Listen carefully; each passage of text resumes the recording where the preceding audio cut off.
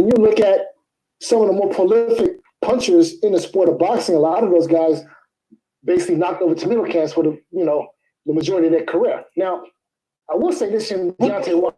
Which ones are you? Give me a couple of names just to, so I can put it in context. Who knocked over fans? A lot of them. Gennady Golovkin. Prime example. Hold on. Triple duck. I'm trying to the triple duck, exactly. I'm trying to stick with the heavyweight example. Are we going broad or we just doing heavyweight? Talk about heavyweight. Because I want to know. Well, I'm talking about punches in general. Okay. I'm talking about the more prolific punches in general. Okay. So, if you look at most guys who were regarded as big punchers, their records are littered with tomato cans. Okay. And there's nothing wrong with that because, at the end of the day, boxing is a business. And if you got a guy who has a punch, well, maybe you want him to, pad his records with tomato cans so he can get those exciting knockouts and build up that make him more marketable. But who could Triple G? And since we all watch Triple G, we know what Sergio Martinez did. He didn't want to fight. So who could have been good that Triple G could have fought and knocked out that would have been good for you, in your opinion? Who's the opponent that could fought and knocked out that that's going to be like a Hall of Famer and all that? Demetrius Andrade.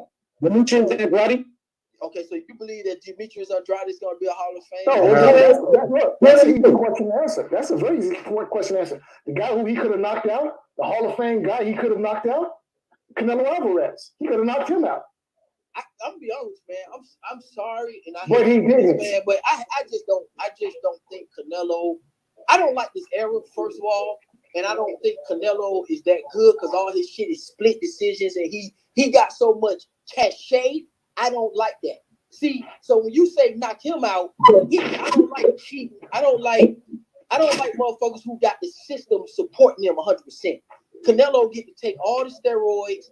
Canelo get to do whatever the fuck he want. So I don't like that guy. I don't think he's a fucking Hall of Fame. I think he's a brat and a fucking. What about Fury, bro? You didn't say nothing about Fury, though, bro. You didn't say nothing about the steroids with Fury. You over here praising Fury, but when it comes to Canelo, you clowning Canelo. Like, no, that's not what I'm doing. I knew you was gonna be thirsty. You gotta keep that same energy, bro. Keep that same energy, bro. Don't pick and choose, little bro.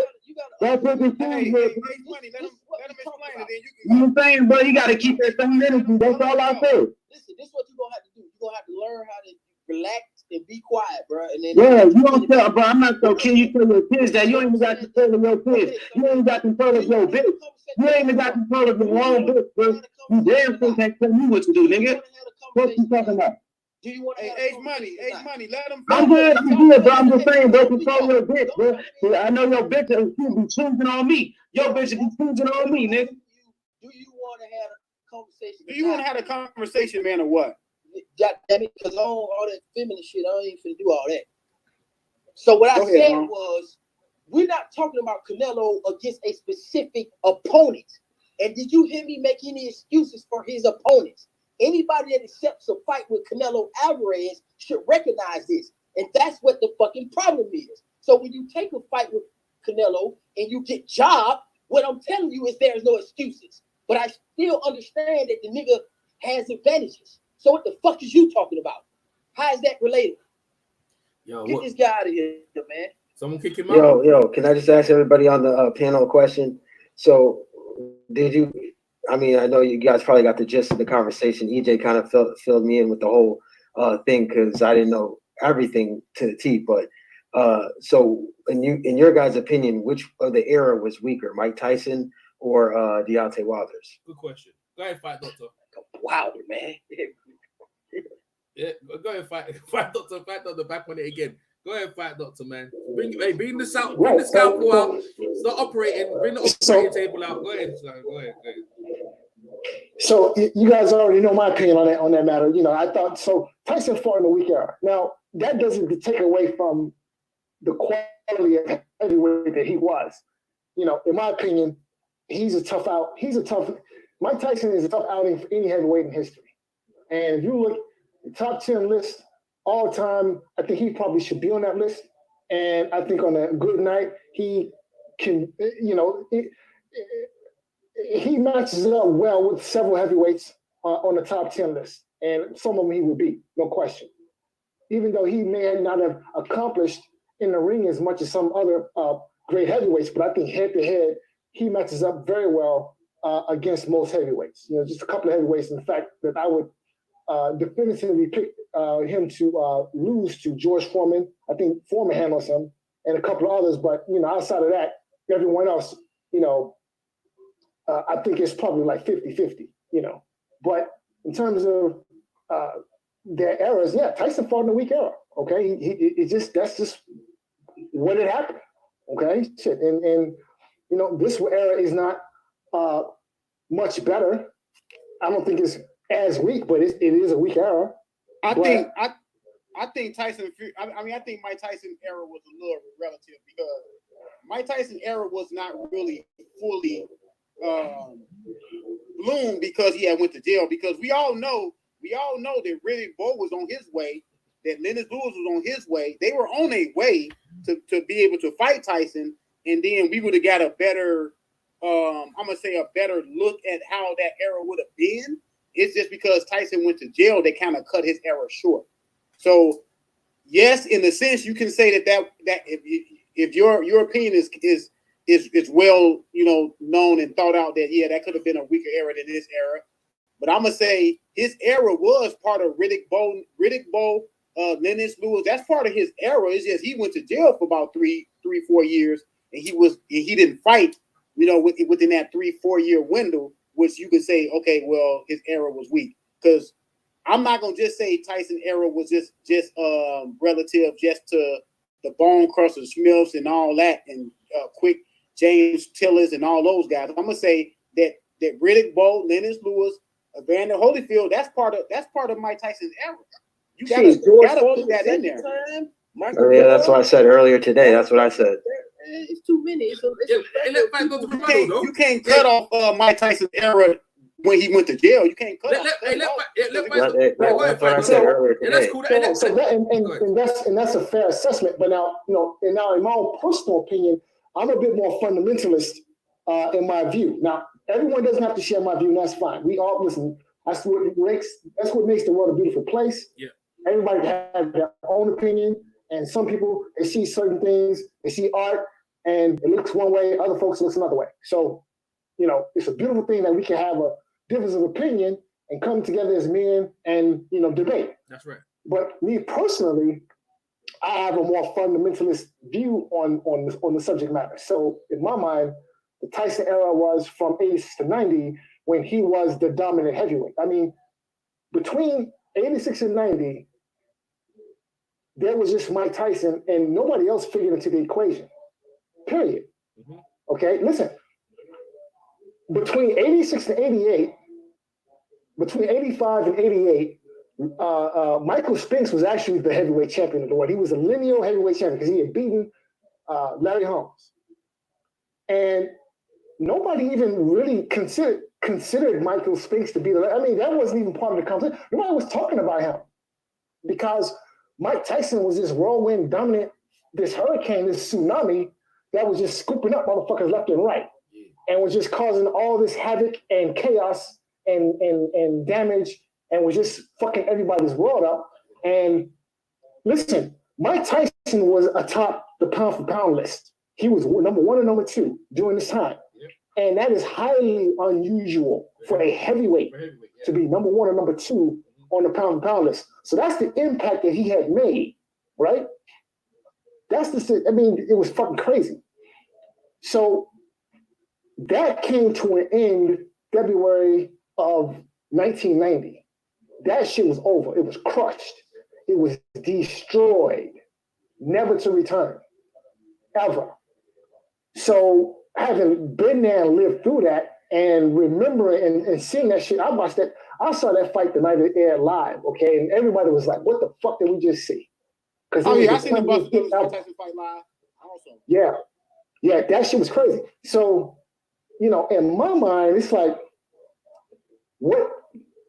like the day before, Mike Tyson was this invincible force. People were talking about him in terms of he was going to go down as the greatest heavyweight ever. I mean, it was almost like a foregone conclusion. Yeah, better than Ali.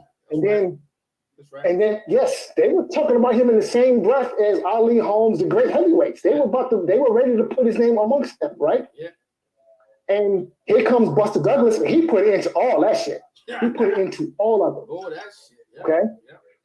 And it was over forever, and it never came back. So that's kind of the reason why I have this fundamentalist view on Mike Tyson's era, because you had this period of time when he was this invincible force. I mean, this shit was just crazy. And then after that, it was just sort of like, oh, he's human now. Oh, excuse me, but so am I getting this correct? So you are examining Mike Tyson's era as the only time that he was dominating.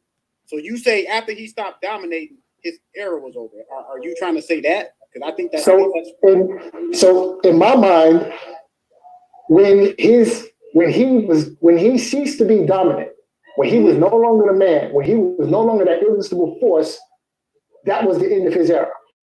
Oh, okay. Oh, see, that's why I disagree. Just because he lost, that doesn't mean that era was still going. That era was still going. I know, but who else? It doesn't mean that he lost it. But he never. Yeah, no, I know, but what he's saying is that he never beat no. After that, he never beat no Hall of Famers or anything after that. That's what he's trying to say. Like, that's what he's saying. So he's like, in effect, he ain't in the air. He's not doing anything. He's there, but he ain't doing. He's doing. You see what I'm saying? Okay, I get it. Yeah, that's where he's coming from, bro. That's why, like, in context. Okay, you can come from that angle. Go ahead, fight, Doctor. That's logical. Yeah, man. It's Right, real. so- Go ahead. So everyone doesn't have to agree, but that's just sort of how I look at it.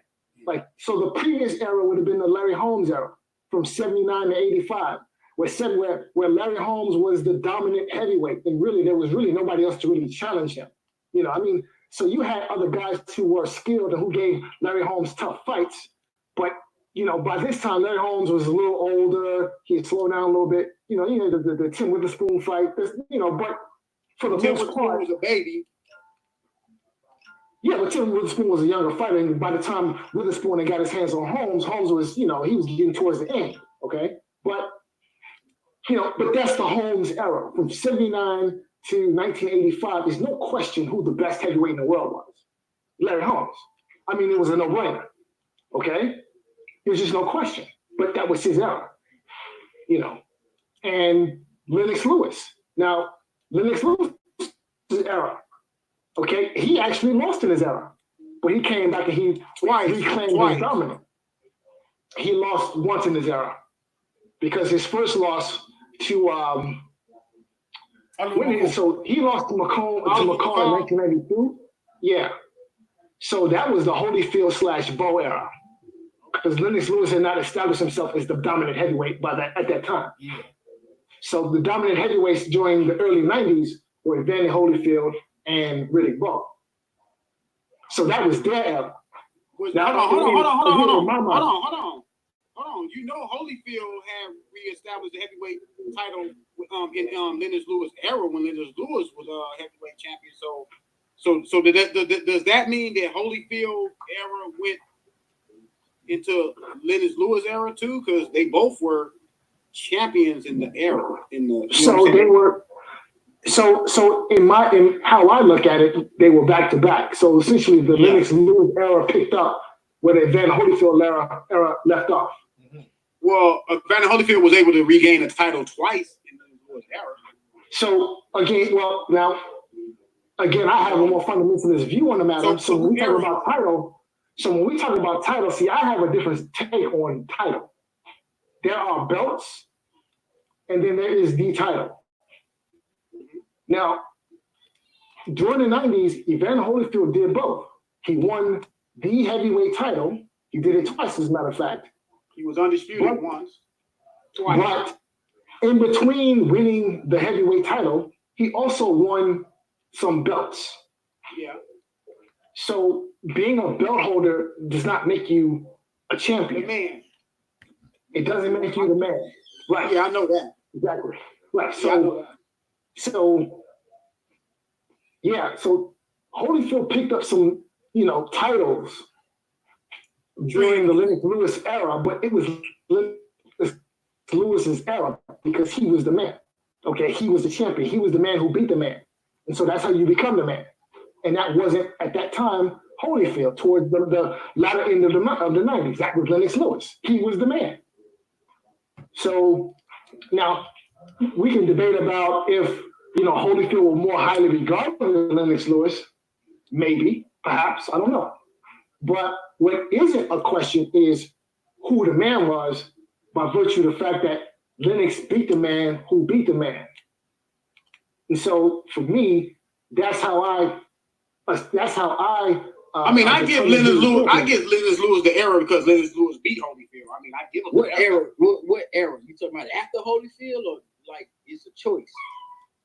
No, I give Lennox Lewis that era. But between who? What's the other choice? Oh man, shit. Well, listen. I know you got different. Well, listen. Hey, listen. Talking about eras, yeah. I had a poll in my chat, yeah, like Fire of the 90s, right? Now, everyone knows that they gave Fire of the 90s to Roy Jones Jr., right? But I put in the poll, I put Parnell Whitaker and I put Evander Holyfield in the era, and I don't think they factor in that the resume that Parnell Whitaker faced and Evander Holyfield was better than Roy Jones, even though Roy Jones was undefeated. So I don't know how they gave him the Fire of the 90s when Evander Holyfield was fighting everyone. Yeah, he got losses, but he came back. So in my opinion, like in the polls, everyone just listen to the sports writers, and they gave it to Roy Jones. Even furthermore, I can go to this one, right? So Fire of the 70s, yeah. If you guys don't know already, right? Fire of the 70s should be Ali, but they gave it to Roberto Duran. And I was like, how you gonna give it to Roberto Duran when yeah, bro. That's what I'm trying to tell you. I couldn't believe it. Like Fire of the 70s, they gave it the era, they gave it to Roberto Duran. Yo, Fight Doctor, you mute for a second, Fight Doctor. Because that gets a background, yeah. Fight Doctor. Yeah, appreciate it. Yeah, they gave it to things. So that's why I done this post, because real talk, we can reassess certain things and clear they like looking it in clear in HD, as my man Coach K says, yeah. In HD we can see. And I put I put in the 70s Roberto Duran, Muhammad Ali, and I put some others. And I couldn't believe that, most people, everyone in the poll that we all know, they put Ali, but they gave it to Roberto Duran. That's what Roberto Duran was used for. He was the Fire of the 70s. But he ain't never fought with the competition of Ali. I think some of the heavyweights, but I know what they're doing when they do that. Right? They're trying to give light to the low weight divisions, but it's the same thing they're doing with Chocolito. But I think it's wrong, bro. I think it's wrong. If you got Fire of the 90s, to me, in my opinion, for what, it's either Parnell Whitaker or Evander Holyfield. It's either one of the two. That's just me, right? Because I'm just looking at the resume and the guys they fought. Yeah, Roy Jones did well. But, bro, we're talking about, when you look at the 90s, Evander Holyfield beat Mike Tyson, bro. He beat Mike Tyson not only once, twice. Riddick Bowe. You know what I'm trying to say? Like, come on, man. Michael Moore. All these dudes draw with Lennox Lewis as well. I mean, that's pretty good. You know what I'm saying? Even he was past the age, bro. And then you got to remember his cruiserweight dominance back in the 80s, in the 80s before. But people ain't factored that in. So my whole thing is, like, I like to revisit these things and we talk about it. Fight Doctor put some real good perspective. Remember, he's like the oldest guy here on the thing, and he ain't insane. He ain't lost his marbles. Everything's all good, and he got his paperwork. He know what it is. So when he's talking about some of the stuff, he's like, yo, put things in context. And he lays things out, and that's his perspective. And we got our opinions, but we listen him out. And I agree with some of the stuff he's saying, bro. You know what I mean? Because when I watch Mike Tyson, I didn't care about the stuff, most of the stuff he was saying. Because when I was watching the era, I was just scared Mike Tyson knocked the heck out. But now you look at it back in context, he was supposed to beat most of them guys, right? They were layups for Tyson, right? They wasn't really gonna give him a stiff test because Fight Doctor knew their backgrounds, but what we know, he's knocking them out. It's the same thing we see Triple G. We know what Triple G, when he's going to this play, we know that he gonna whip these guys' asses. Why do we know? Because we could do our research. But if we're people new to boxing, we see Triple G knocking these guys out, like, just don't know the background. We're like, yo, this guy's good, bro. Look what he's doing to everyone else. But in context, he ain't facing no Hall of Famers. You know what I'm saying? So I just thought I put that out there. You know what I'm saying? But that's what we was talking about, though. Talking about the eras and stuff. Yeah, I just think, man, it's a curve, man. Some eras are just better than other eras. That's the way it is. Yeah. And sometimes a B-level welterweight, C-level welterweight, if you put him in the right era, shit, he could be dominant. Yeah. Because I just don't see, and you put up a good one, with the welterweights. Mm. Where they went welterweight, it was the Thomas Hearns. Oh Leonard, yeah, let's talk. this Yeah, stuff. yeah. Let's talk about that one. Yeah, go ahead. Yeah, Talk about that one. That was a good. Let me let you put it out to these guys again, so they can go, and then I'll tell you my piece on it, and they can probably jump into. All right. So on my thing, I got on my community page. Yeah, it's like you can do polls and stuff like that. So hold up, let me just draw it up real quick. Yeah. So on this one, yeah, it had like 2 teams, right? A team, and it had like team 1 and team 2, right? So hold on, let me pull it up right real quick, yeah, because like I thought it'd be interesting to talk about, because we always trying to spark up some topics with the guys, you know what I'm saying? So they said who you got, right, between team 1 or team 2. So you guys listen and tell me, right? So I'll put the picture up for you guys in the thing on the as the thumbnail. So let's go with team 2 first, right? So team 2, right? There's four fighters, right? First, I start off with Manny Pacquiao. You know what I'm saying? Then you got Errol Spence, Terence Crawford, and Floyd Mayweather, right? In team 1, yeah, paired up against Pacquiao, you have Roberto Duran. Paired up against Errol Spence, Marvelous Marvin Hagler. Paired up against Terence Crawford, Thomas the Hitman Hearns. Paired up against Floyd Mayweather, Sugar Ray Leonard. And mostly, you can throw that list out the window, EJ. No, man, it's actually competitive, No. How you got Errol Spence fighting the middleweight? No, listen. No, but what I'm trying to say, there's some fights in there that I'm not gonna lie that team 2 could probably beat team 1. Like the pack, I'm not gonna lie. I think Pacquiao. Let me tell you what I did. Yeah. Okay, I seen how you had them lined up as a wrestler. Yeah. At it from a round robin point of view. Mm-hmm. I looked at it as if Floyd, Crawford, Pacquiao, and Spence had to fight Duran, because see them 4 fought each other. Yeah. So I'm not going to zip them to get in one person. Okay. I don't see now one of them 4 guys, especially Pacquiao. Man, I see Sugar Ray Leonard beating the shit out of Pacquiao. I don't know why. I just see Sugar Ray Leonard really killing that kid. It's something about him I see killing, and I see Marvin Hagler killing Floyd Mayweather. I'm about to change this title. Yeah, I mean he's a middleweight. How you gonna pick the highest Floyd ever been in the ring? Is 150. Yo, but that's what. Listen, that's the point. That's what I'm saying. That's why I said EJ was supposed to throw another welterweight in there. He put a middleweight in a welterweight conversation. That whole thing is ripped up and thrown out the window. He did it right because he put the hottest in there, man. He put the hottest guys in there, man. Nah, you need it basically if he was gonna do that, Hagler's not. In my opinion, if he was gonna do that, right, then you take if you're gonna do it, he just did, right?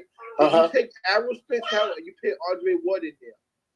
Okay, that's fine too. You can do that. You can do that. Because that's closer. You will put a middle, even though he was a super middleweight. So here's the thing. This is why I accept it, because you can obviously see that where I was like, damn, why he ain't put a middleweight in there? But here's my point why I ain't tripping, because Durant is a fucking lightweight. Yeah. And he fought him. Yeah. So that's not an excuse. Yeah. All of them start. Fact. Durant is in there. Yes. And he's a career lightweight. Yep. So if Marvin Hagler is at 160, his career 160, that's a fair balance. So you got 2 welterweights and 2 and a lightweight and a middleweight. Mm-hmm. Yeah, but see, Zone. The only thing about that is, right, you got guys whose careers are over, and then 2 of the fighters they're still active. So we don't even know if they're gonna go to middleweight. Now, if their careers is over and they got to middleweight too, then obviously what I'm saying is null and void. No, but this is why I'm saying that. But he doing the this is why I'm saying that you're supposed to take what you call it. Yeah, you don't need to take no down, because back in the days, welterweights used to fight middleweights. It ain't no problem, bro. Ain't no problem, YG. That ain't no problem, bro. We got the hottest guys in there. Mix it up. Like what Zone just said there, it's like put them together, because I was just putting up the matchups underneath. But now let's put Errol Spence against Duran. Let's put Terence Crawford versus Duran. Put Mayweather against Duran. I'm telling you, I think all of them give Duran that work, because Duran had trouble with people with movement. So team 2 can beat team A. Now the problem is what YG said, how you do with Hagler and how you do with Hearns, because them two is a problem. Because they're tall. I have to interject for a second here. Yeah. Can I interject for a second here? Yeah, go ahead. Guys, Roberto Duran has a win over Sugar Ray Leonard. Man, tell him again. Okay, that's better than any. I mean, goddamn, that look, prime Sugar Ray Leonard, not old Sugar Ray Leonard. Roberto Duran has a W as an old man. As a matter of fact, is an older fighter. I'm sorry, against prime Sugar Ray Leonard. So that's leagues ahead of anything Mayweather has done, Pacquiao has done, Spence, Crawford, any of them. So in context, yeah. let's talk in context, yeah. Now Sugar Ray Leonard coming in. Let's talk in context now. I'm gonna use your words now. You know, in that fight, you know what Sugar Ray Leonard got drawn into, though. He got drawn into a flat toe-to-toe war, right? So that hold up. No, hold up. You have to put it in context now, right? So he got drawn into a flat-footed war because he said stuff about Sugar Ray's old lady, and he said, "I'm gonna punish him. I'm going there in Montreal. I'm gonna go toe-to-toe with him." And that's suited the round when you flat-footed on your feet right in front of him. Now, second fight, you know what it is, man. I'm trying to tell you because, like I said, if they go flat-footed, that's on them. But I'm telling you, if they put the movement on Duran, he ain't gonna fight no one. I tell you what, James. I tell you what, in his prime, right? He lost to. No, but listen to this. In his prime, Roberto Duran lost to Kirkland Lang, yeah, from the UK, right? No, you guys probably don't know who he is, bro. But bro, he's a school, bro. He was just circling Duran the whole time, peppering him. No one even knows probably from America who he is. I'm trying to show the styles of the guys of how they could beat him. That's what I'm saying. Yeah. Listen. Yeah, go ahead. We're talking about who Earl Spence don't fight like that. Nah, he ain't. But he go. Yeah, but you're right. But I ain't saying Errol Spence go. I wouldn't say Errol Spence but go. You going down the link? No, you're right. But I wasn't. If we go down the list, I'd say like I think Floyd could probably beat Duran and Crawford. That's basically who the fuck you saying. Yeah. But I ain't saying. I didn't say Errol Spence. Huh? Yeah, I ain't saying.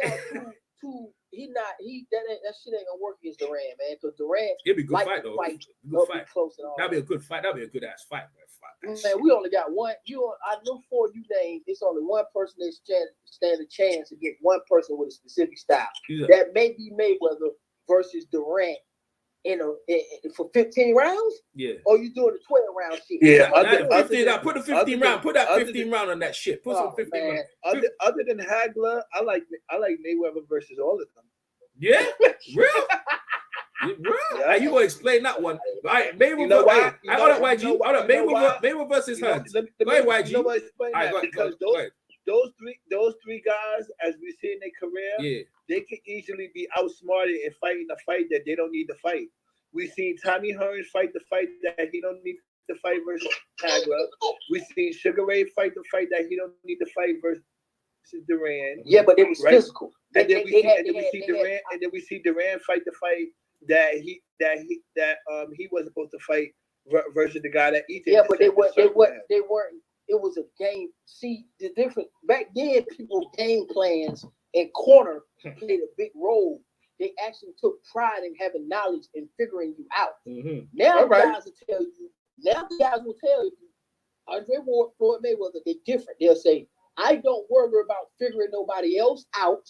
I just do what I do. Yeah. So what you end up getting is a rinse, wash, repeat, same thing. Floyd Mayweather beat people pretty much the same way. Andre Ward beat people the same way. Thurman beat people the same way. Wilder, that's the fucking problem. Beat people the same way. Back then, they would actually adjust to you. Now they don't do that. So if you come in with the wrong style, I mean, it's a give and a take. You know what I'm saying? Because if you stuck in your style like Wilder's example, he's stuck in his style. If somebody come in and actually come up with a game plan and neutralize that shit, you're done. Yeah, but that ain't Floyd Mayweather though. He got 4 or 5 game plans that he No, he don't. No, he don't. No, he don't. That's a real right, and that's a lot. I'm gonna tell you why, man. Because I've been watching Floyd's style was different when he was at 130, 135, 140. Once Floyd got to 147, Floyd told you that his shit was different. Yeah. He said, "Hey, I can't do this because of my hands." That's why he implemented drug testing. That's why he started sunning people and giving those advantages like De La Hoya, because he knew he needed every fucking, he just had to outthink it. So Floyd had one style, man, lead right hand, jab to the pit of the stomach, and Philly's tail. And he'll come through with the high guard every once in a while. Floyd did not. All right. So what about when he starts going backwards and he uses the jab and the check left hook? It's the same. That's not the same. Because now when he starts going backwards, he doesn't even use the right hand as much. I have not Seen Floyd go backwards and do the check left with hook. multiple styles and beat the piss out of people. Floyd do the same thing, get all the advantages and sit on his lead for the first 2 rounds, get 10-9 easily, and then he started going around picking and poking. All right, so when he fought That's Mosley, it. he didn't win. So I have to Hold disagree. on, fight doctor, please. Because when he fought Mosley, he didn't win the first 2 rounds. I said that's what he go in there and try to do. If it don't work, shit, it don't work. But how many times you seen Floyd lose the first 2 rounds besides fucking Shane Mosley clocking him in his shit? Oh, that shit. Versus Since De La Zab Hoya, Zuda versus Zab Zuda. since De La Hoya, when he changed his style and fought Ricky Hatton, retired and came back because his hands was hurting. Remember, because he said that's part of the reason why he retired. His hands was brittle. So when he came back with that new style, when the fuck did he lose 2 rounds? So When did he lose? Besides, when did he lose 2 fucking rounds, 1 and 2? When did he lose round 1 and 2? Well, And matter of fact, the motherfucker didn't even lose. He didn't even lose the first round against fucking Shane. Yeah, well, they gave the first 2 rounds to Shane. I don't think so. Yeah, they did. You gotta look at put up the cards. But anyway, that Shane Mosley, 2 rounds. He lost 1. Yeah, can I jump in for a second here? Yeah. Hey, before you do I fight, have to disagree. hey, before you do fight, doctor, like I'm putting the picture in the group chat. The picture's also on the hangout, so you guys can see exactly. Go ahead, fight, say talk your piece. Go ahead. So I gotta disagree about this assessment of Floyd Mayweather just fighting one way. So that's true, but at the same time, it's not true. And so the thing with Floyd is a defensive fighter, right? So for him, it's defense first. However, in that space, he's also a very versatile fighter. Floyd can box, he can bang, he can fight on the inside. You name it, he can punch. Okay? I disagree with all that. Well, oh, no. Go back and watch Floyd at 130. He was knocking niggas the fuck out. Okay? You keep saying what week. That's where I said we gotta listen. I said in the beginning, I said yes. If you want to say Floyd is versatile based on you going back to 130, comparing it to the De La Hoya post shit, oh yeah, of course he's different because he's different. But I'm talking about he became a superstar. Not at 130. I'm talking really at 147 is really what we get at because that's what the conversation was. Because most of those guys fought at 147. So let's not play games here. 147, Floyd is not that fucking diverse. You can tell by his goddamn opponent selection. He ain't fighting nobody that's a killer in a prime, so we can see all these magnificent skills. He fought fucking Robert Guerrero, Victor Ortiz, Andre Berto. Come on, man. Stop with the jokes. Right. Robert Guerrero, Victor Ortiz, and so he showed you a hell of an arsenal. Come on, man. That man can show you shit. Victor Ortiz. And look at the combination. Look at the combinations. Man, I seen you jump up and down about some of them Keith Thurman wins. I better not hear you talk about. I'm not jumping up and down about no Keith Thurman wins. I've seen you do it though. I've seen. Okay, so now. I've seen you do it. Okay, which one? That you name them. You was about to say. No. You the one. Hold on, time out. Let's not act like you the one that didn't say Keith Thurman beat. You the one that said Keith Thurman beat Manny Pacquiao. That Keith Thurman is the best welterweight ever. Y'all know he said that? Yeah. No, what I'm asking you is you just made a claim. You made a claim, so what you say? What fight I was jumping up and down for Keith Thurman on? The Manny Pacquiao fight. You said if Keith Thurman beat Manny Pacquiao, he's the greatest welterweight. I'm saying jumping up and down. What I'm saying, because I predict that he will win, but tell me why. You said that he would be the greatest welterweight ever. If he fucking won, YG? All right. So, but what I want to tell you is how does Keith Thurman resume equal him to being the greatest welterweight ever? Even if okay, so first of all, you just pivoted out of Floyd Mayweather. No, because basically I said don't make sense. No, it does I said I don't want to hear you downgrading Mayweather's resume. When I heard you say if Keith Thurman would have beat Manny Pacquiao, he would have been the greatest welterweight ever. So how that that's not a pivot. That's a margin. Like, cause basically, what you're saying that Keith Thurman already had a better resume than Floyd Mayweather before he even beat Manny Pacquiao. Like, yeah, that's what you're basically was saying. First of all, you're a liar. And I'm gonna tell you why you're a liar. You're lying on me. Okay. First of all, I said if he beats Pacquiao, it's nowhere in the hell that I said that, bro. Because I would never say that one Pacquiao win would push him above everybody. I've always said if he beats Pacquiao, we taking that step closer and we're gonna have a conversation. Come on, dude. Don't try to play me. I remember everything I say. I would never put myself in a box to just leave it on a fucking. Hell yeah, you did. So you're lying. Because you was juiced up. You know when this happened? No, you was juiced up. Look, yo, Zone, hold on. Zone, you was juiced up. You was charged up off of your debate. You was charged up off of your debate with D Block, right? You was charged up off of your debate with D Block, and then from there you made a guarantee. If you don't remember you making a guarantee, don't tell me what I said because that's not the fuck I said. I'm talking about Floyd Mayweather. It was what you said. I'm talking about Floyd Mayweather. Hey, one at a time, man. When I start banging on him about this Robert Guerrero shit, you getting smashed, so you jump to Keith Thurman. I don't want to talk about Keith Thurman. So move that out the way. Stop trying to run. Come get this head beat in. What I'm asking it's not an ass beating. I'm asking you about Floyd Mayweather. Fuck Pacquiao and Thurman because you're trying to get out the shit. What I said, all right, so make it better, right? So since you've been watching boxing live, I'm talking about who's been a better welterweight than Floyd Mayweather. I'm talking about Floyd Mayweather. All right, we are right. Since you've been watching boxing live, not going back watching recordings. Since you've been watching boxing live, I'm not answering stupid ass questions. All right, so then we can move on then. Once we get because your whole theory is stupid from the beginning. So you can see. So we can move. So you can see. So you now we can move on. We can move on. Yeah, okay. Because I thought. No, you conceded. You said you're not answering no questions. Once you said you're not answering no questions, so we can move on. You conceded. Hey, get back to the Mayweather question. If you said you're not answering the question, he trying to see. He like. I'm not cheating. Are you folded? You said you're not answering the question. So we can move on. Hey, get back to the Mayweather topic. Listen, that's what I was talking about. I got back to Mayweather. He said he's not answering it. He like to change the subject. Like all right, he tried to change the subject. Like he's gonna come up with some fly ass shit. Ain't no fly shit. That was your job. Listen, if you're talking about, you always do that. No, I don't. You do that. Go ahead. Yeah, then we go ahead.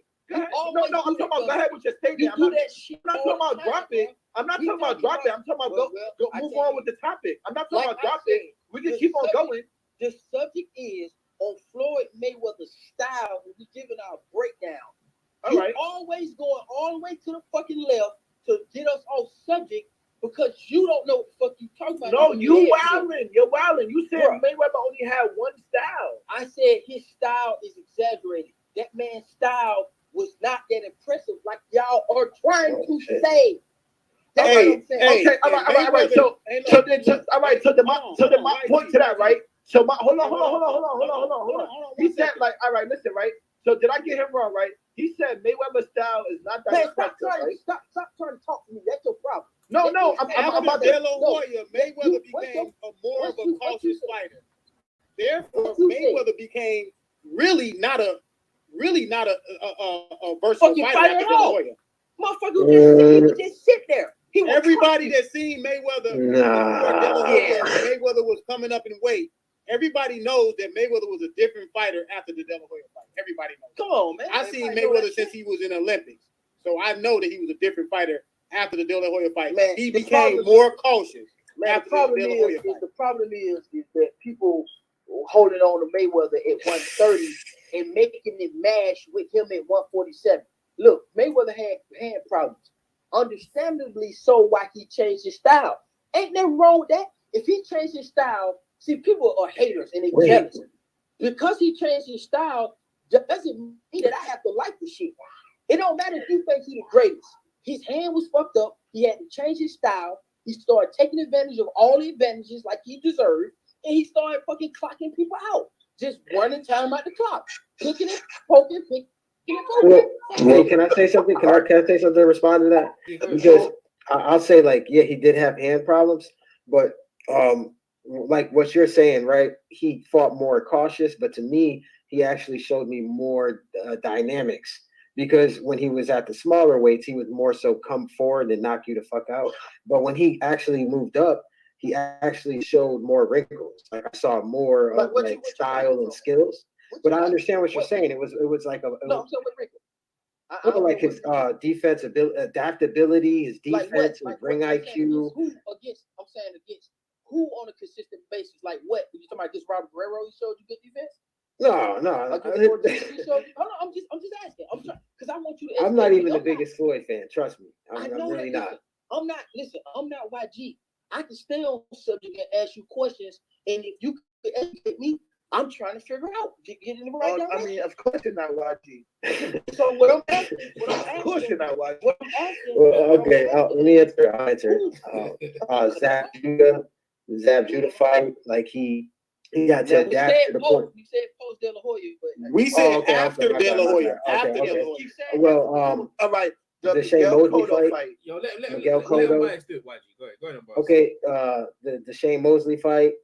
I'm not going to say Manuel Marquez because we know the stipulation to that. What did he do in the Mosley fight? What you saying? He got punched in the mouth and didn't go down. What did he do? Well, he got punched and then he adapted. He didn't let. Everybody does that.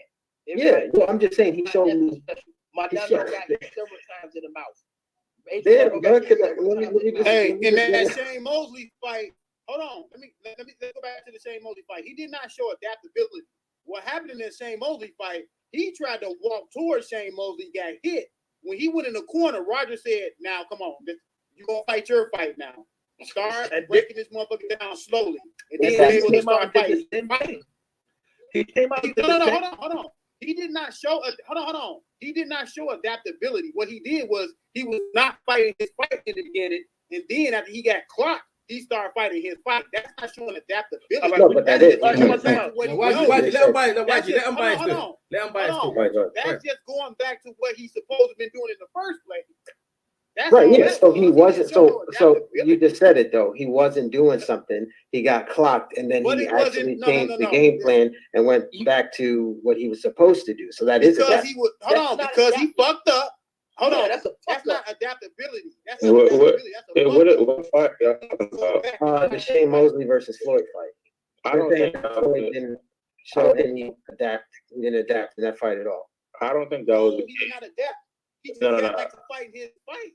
Let me explain. That wasn't a case of Floyd just not doing what he was supposed to do. Shane Mosley actually timed because he knew what Floyd was doing.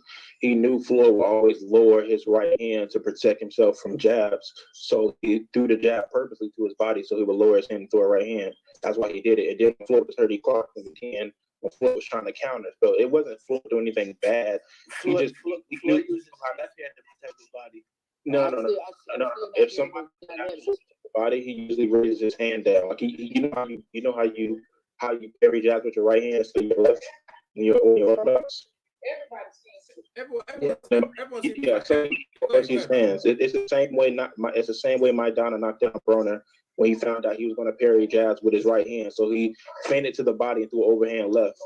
Yeah, that's the same way. It's the same way Shane Mosley did it. Yeah, what we're saying is that, like, they're saying right now, did Floyd adjust to what Shane was doing? Like, did he come out of an initial game plan, and then when Shane clocked him, did he adapt to that game plan and got better? He every time Shane would drop.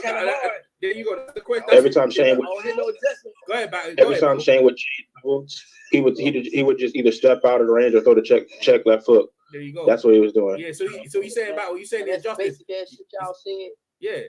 I mean, God damn, bro. Y'all been hearing that. No, but y'all heard all this shit from. If I go on the internet right now, I get all this shit. Everybody don't say.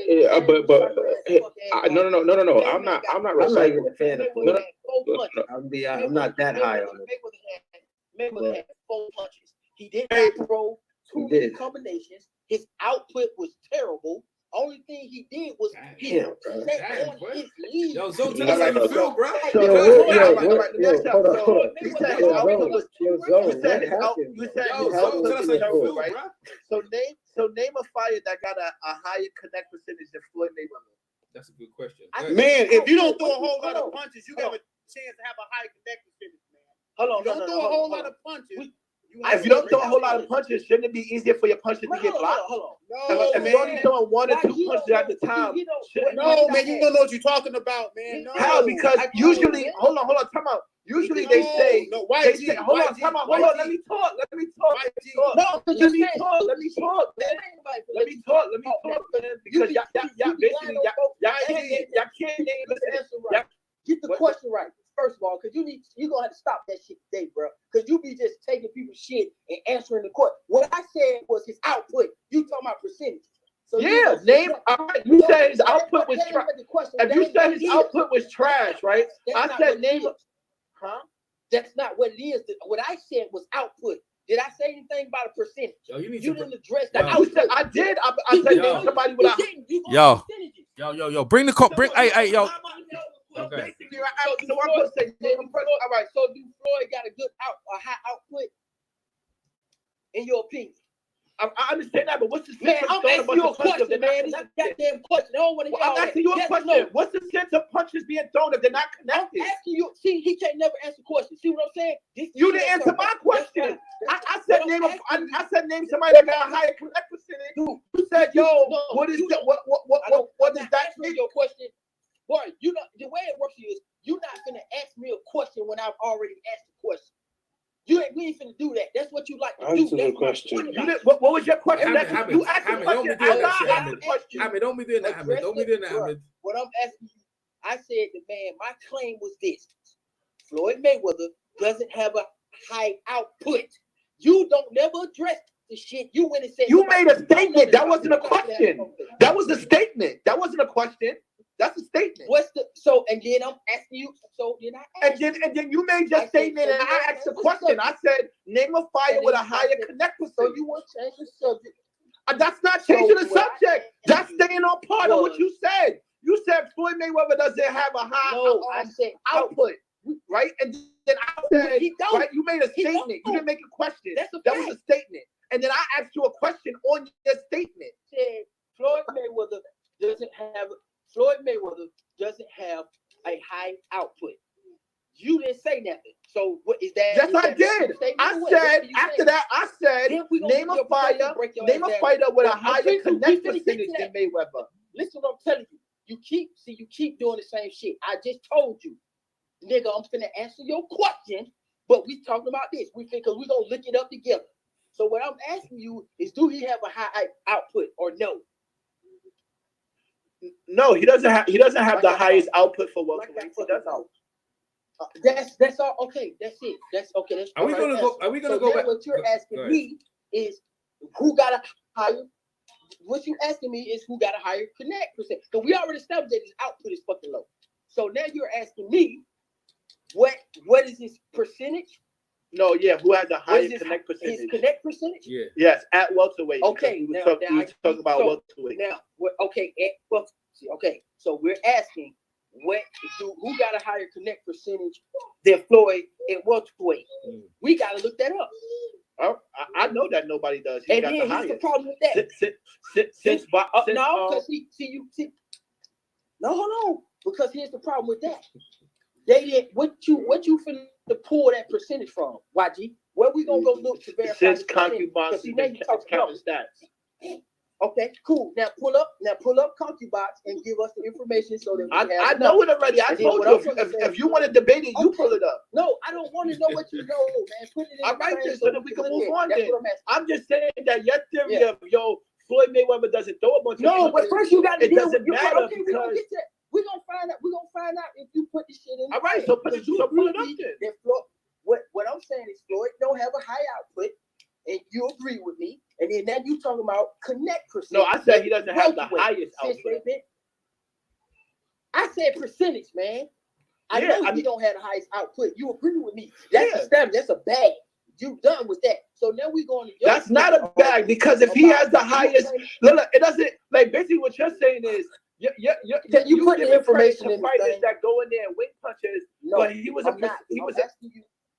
Can you put the shit in the information so we can argue about it? Because I don't know his numbers. You just might be making shit up. Can you get that in there so we can look at his numbers together? Just hit the Google button, man. Everybody wasn't tracked on country. Honestly, I don't think we need the numbers. Floyd was accurate. I'll give him that. So we could. That's something different. It's what you just said. You said accurate. Because he's saying that he's talking about percentage landed. Okay, so I want to which leads into accurate. That is you know why you won't? Can I get? You can take mom, man. Can we get the percentage? Yo, boxing talk. Look it up, Joe. You act like you don't cut the internet in your house. I'm not gonna look shit up because I might say we can move on. If you said look it up, then you fold. Yo, EJ. Yeah, go ahead. If you don't want to look it up, you fold. No, because the hand is on you. The hand is on you. You fold. The cards is in your cards is on your side of the table. Are you gonna what you call it? Yeah. Guys. To provide the proof on Yeah. YG. Yo, YG. When someone asks you, it's not no biggie, bro. Like and already unbiased, he agrees. You just pull up the thing and put it in the chat. No, I know why. Yeah, but YG, you know what? I know what. No, I know. No, it's not YG. It's not YG. 1 minute. I'm just talking to you. It's not no pride thing. It's not no biggie. Just pull up the thing. Or where you got the stats from, put it in the chat, and that's it. It's not no biggie, bro. We was talking about the Leonard matches up because Fight Dogs were gonna jump on it. We need to. I want to go back to. Go ahead. You know what? That's what I was gonna ask you about. Yeah, go ahead, Zone. Go ahead. But the reason that's an issue for him because he went off subject. See, the conversation was about what Floyd don't do, and I was just saying for me, his output is not that good. I know. No. That's cool. I mean, I hear you, man. I hear you, man. The way you was licking Keith Thurman boots, you shouldn't talk about anybody doing anything like that either. Like you was okay. The same way you did with Mikey Garcia. I don't really throw that out there. Talking about I lick somebody nuts. Like, come on, bro. Like you jumped on after that. Oh, he shouldn't have conceded. He shouldn't have did this. Your man lost and eat that one, man. That's it. Yeah, he lost. So you right there. So like you don't gotta keep trying to knock down Floyd because the guy that you was going for is not the man that you thought he was gonna be. We talking about Floyd. I know. I don't know if the panel know, but I know where your negative energy comes from. Let me ask you a question. Nah, you don't gotta ask me no question. You can move on because you ain't answering none of mine. Okay, like I thought. So what? Yeah, like basically like you thought. What body? Right. If that's what you count for, body, that's what's up. Where's the percentage at? You should keep Thurman get like that. No, but you know what it is. Like what you call it? If you're not gonna debate right, if you're not gonna debate right, and you gonna act like an asshole, I'm not gonna jump out the window. No, you know what it is. Hey, Zone. He ain't gonna. He's not gonna do it. Nah, he's not gonna. Nah, he's not gonna do it. Let's move on. Hey, I'm back. Hey, let's go back. Hey. Hey, he's not gonna. We just traded insults at this point. Let's go back to the team thing. I mean, you said you talking about boxing, but you said licking Floyd's nuts. Hold on. So that wasn't talking about boxing. EJ, I was just gonna say, was the topic about Floyd versus Leonard? That's the topic. No. See the team, right? So you see the picture in the chat, right? So you got team 1 and team 2. So we was talking about like discussing of how. We were discussing on how the matchups with each team go against each other and which team would you pick first and then match them up. They all can fight each other. How would they fare? So YG brought the point is like, I don't see it's fair because Hagler beats all. That's cool. Hagler beats most of the guys there, and we were trying to say that. But back in the days, welterweights move up to middleweight. It's not no big thing. Them guys, because Roberto Duran even moved up to super middleweight, and he started off at lightweight. So these dudes can. Yeah, I'm biased. Okay, yeah. These dudes can actually compete in that. So we got the hottest guys, obviously, like currently, or some of them retired, like Mayweather, and then we got the old school guy with the Fab Four. What's the debate? I just told you right now. I just told you, bro. Yeah, like so we was just going through the matchups, right? Who could be? Let's go. Like with I can't hear properly. Yeah, I know. Why don't you mute it and just listening on? You can listen because we're live right now on my channel, so it's all live, right? So listen to this, right? We was going for who could beat Roberto Duran, like, so we fight doctor because we was talking. I was like I said, most people, I think Floyd could they think Floyd could beat Roberto Duran, and we like 15 rounds. Like, yeah, I think Floyd could do him because I know Roberto Duran struggle with people who move. When you could move with him, he has trouble. And then I also brought up, oh yeah, but Leonard lost to Leonard lost to Duran in their first fight. So yeah, because Duran decided to stand with him. You know what I'm saying? Duran would do you if you stand with him. So I was like, if anything, I think some of them dudes could beat Duran. So when I goes, but the problem is who's gonna beat Hearns and who gonna beat Hagler in that list? Like, how many Pacquiao go beat Hearns, bro? How many Pacquiao go beat Hagler? Yeah, you know what I'm trying to say? Like, so you do the matchups. Go ahead. I think Duran can beat him. I think Duran can beat Floyd. I think Hagler beats everybody on that team too. Like You think Floyd, so? Spence, and that was the debate, He's yo. a middleweight. That's what they said. They were saying like I think Floyd could probably beat Hagler. Like, he could probably outpoint him now. Who said that? Yeah, Floyd beat Hagler. Yeah, they tripping. Whoever said that? Yeah, they tripping hard. Listen. Who said that? YG. Listen. He said it'd be like being Diego Corrales. That's what he said. Why you trying to zone now? He didn't say that now. Now listen. No, all right, let's go down the list. Yeah? Hey, now, y'all, man. Now, Before you say something, go ahead. Yeah, go ahead, bro. No prediction can be worse than when Jalik said, what did he say? Did he say Demetrius Andrade could be Hagler? Or did he said Demetrius Andrade. I ain't even trying to go there. I ain't trying to go there. But let's go. Look. All right, listen. All right, let's go on looking on that list, right? What matchups do you think? Because obviously the Fabulous Four are the Fabulous Four. Which guys out of that list between Crawford, Mayweather, Pacquiao, and who's the other guy? Errol Spence. Which one of them guys, could beat one of the Fab Four? That's what we was kind of like None talking. of them. Oh, come I'd on, say man. Floyd, and that would be only Duran. I think Duran can beat Floyd too. Lightweight. Let me have a look at Well, that. he asked for a possibility. Let me have a look at that list. I'm not saying this definitely because I think Duran could beat him too. I think Floyd could do. I think Floyd could do some of them. Like, I mean, he can, like Hagler. People think I don't think he beat none of them. I don't think Floyd beats Hearns. I don't think Floyd beats Hagler. I definitely don't think he beats Leonard. Now, I'm just talking. I'm just saying. Hagler should be automatically disqualified. He's a middleweight. Yeah. DJ, you gotta consider this. Yeah, go ahead. You gotta consider all the advantages. Y'all gotta realize that Floyd chooses your gloves. He gets to control everything up into the fight. With those guys, that shit ain't going, bro. Mm-hmm. That's what I'm saying. So a lot of his advantages, and then going into the fight up 2 rounds against Leonard, you think if he sit there and fight Leonard doing that shit he do, you think he gonna get a 10-9 round against fucking Leonard? Come on, yo, man. if Floyd beat De La Hoya, He barely went down. Listen, man. Hey, listen. Medina, he fought him when he's old, but De La Hoya was in his prime. So, De La Hoya got De tired. La Hoya is not fucking Sugar Ray Leonard. That's what I'm trying to see. Oh, That's what he's trying to say. That's what I'm trying to see before. Floyd also lost to Castillo, in my opinion, the first fight. So it looks like the whole panel. Looks like the whole panel is not picking anybody. Floyd to win. Floyd De La Hoya, that was that 154 with 10-ounce gloves on. Yeah, that's who's fine. better? But Who's better between De La Hoya and Leonard? Man, no question. That man ain't gonna have no advantages. That man gonna be running around the ring. If back then, if you fought like that, you would lose the round. Obviously. Exactly. Yo, I'm not gonna lie, bro. Floyd fought Manny Pacquiao. All right. What was a prime example.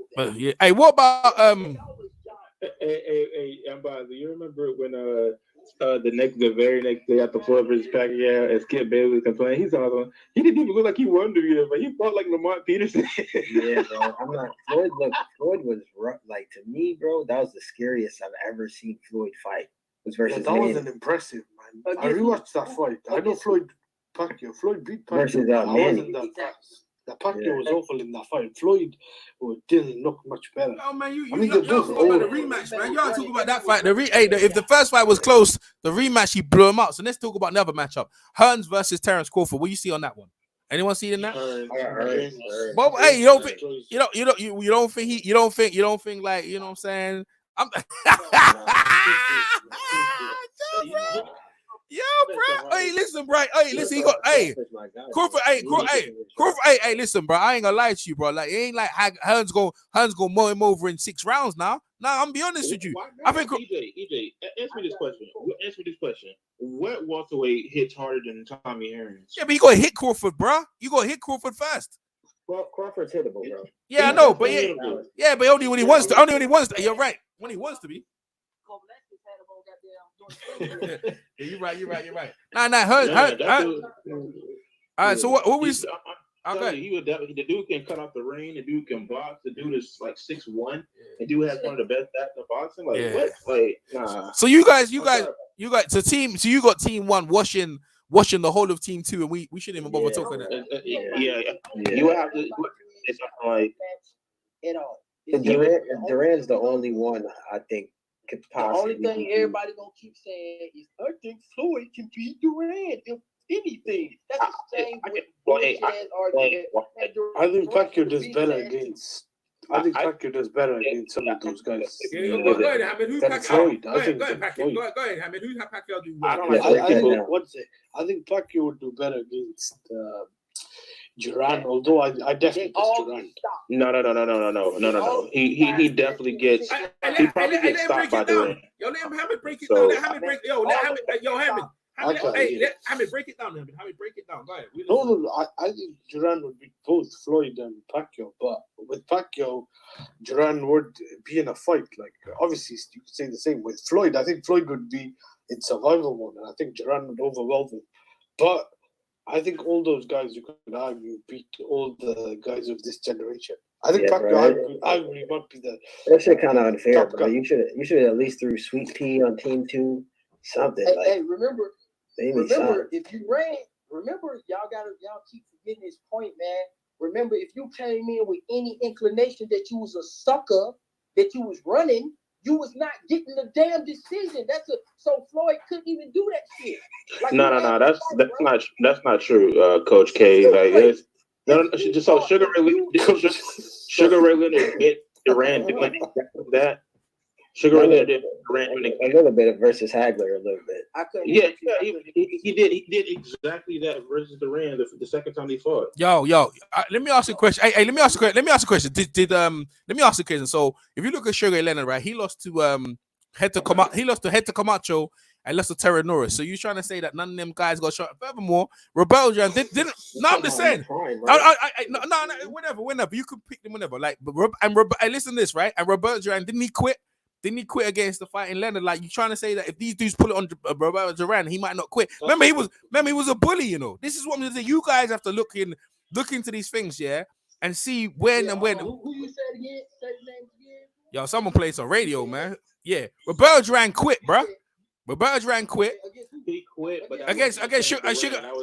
He quit, but at the same time, he was really overweight and overbloated. Yeah, but who said when they organized the fight against Floyd or Pacquiao that he ain't gonna come in overweight anyway? You know what I'm saying? I'm just saying he ain't disciplined. He ain't disciplined. I think the fight would be a lightweight if he fought Floyd. That would be a better interpretation. But he could fight. He had a good fights at welterweight and good fights at welterweight. So he good. You can pick it. That's why most of the. Go ahead. Only person was Palomino, I think the guy's name, and they beat Leonard. Those only like best. No, but what I'm saying is Roberto Duran had the no mask, man. The man quit, bro. And Leonard lost to Hector Camacho and he lost to Terry Norris. I'm saying this, right? If he lost to them guys, you don't think Pacquiao, Crawford. Yeah, you know what I'm saying. You know what I'm saying, though. I'm just saying, no. I'm trying to say, you see them at their worst. They still great fighters. No, I ain't taking that away. But I'm just saying that you've seen them. You see they can be beat. I'm just trying to let you know. You know what I'm saying? Yeah, you better stop getting on Sugar Ray Leonard. I'm sick of it. Hey, EJ. Yeah, go ahead. Who on that second list can beat Terry Norris? Hold on. No, he asked. No, hold on. He asked me. I see the same. Hold on. The same Terry Norris. I see go to sleep with Julian Jackson. I'm gonna go with Spence, man. I'm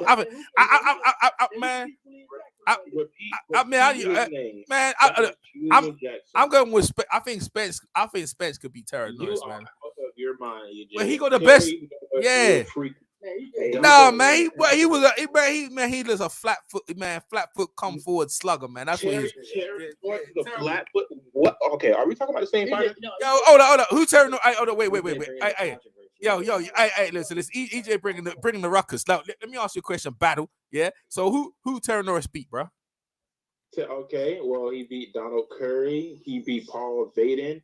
He beat who else? He beat give me a second. So go. Yeah, well, no, I don't want to count that because I don't want to count that. Nah, you can count that one. But listen to this though, Battle. Listen to this though, Battle. So let's go to Donald Curry. You don't think Spence got a chance against Curry?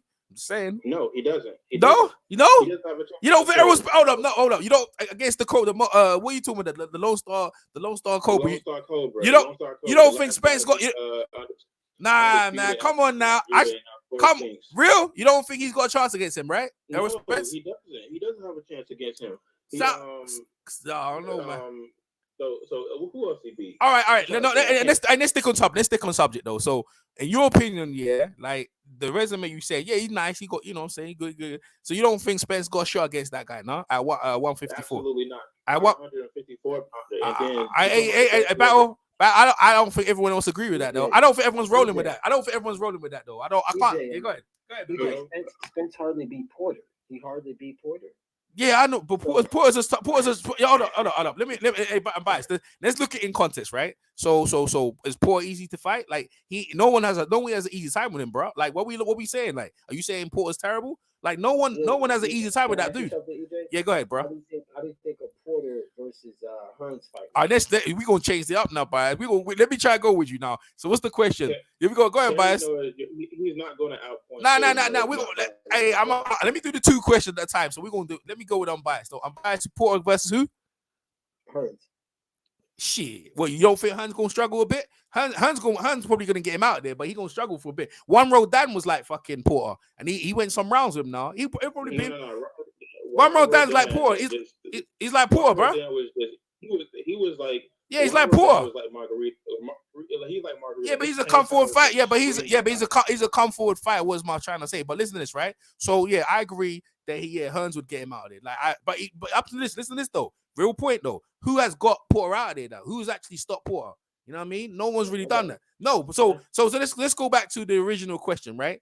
Go back to the original question. Now he said Terry Norris and Errol Spence. Now listen, bro. Like people might think I'm crazy, but like, I've seen Terry. I seen him go to sleep, bro. I seen him go to sleep, and listen, Errol Spence, like, bro, for all the things you saying, I agree, but he'll bring it though. He'll bring it. I think it's a good fight. If that fight was to happen right now, people say, yeah, Terry would be the favorite, but I wouldn't be surprised if Errol Spence pulled it up. But so listen, let's go into another guy, right? So Leonard, yeah, who on that list can Leonard have a good fight with? Bud Crawford, Spence, Pacquiao, Mayweather, like which one you think? EJ, how come Thurman's not on this list, man? Thurman, well, he lost to Pacquiao. Like, why is he gonna be on the list? Okay. Yeah, You can still add him. I mean, he only had one loss. Hey, no one's got but you're talking up the guys here with potentially Hall of Famers like Pacquiao, 100% Mayweather, and it's up to Thurman. No. The reason the reason why it's not my.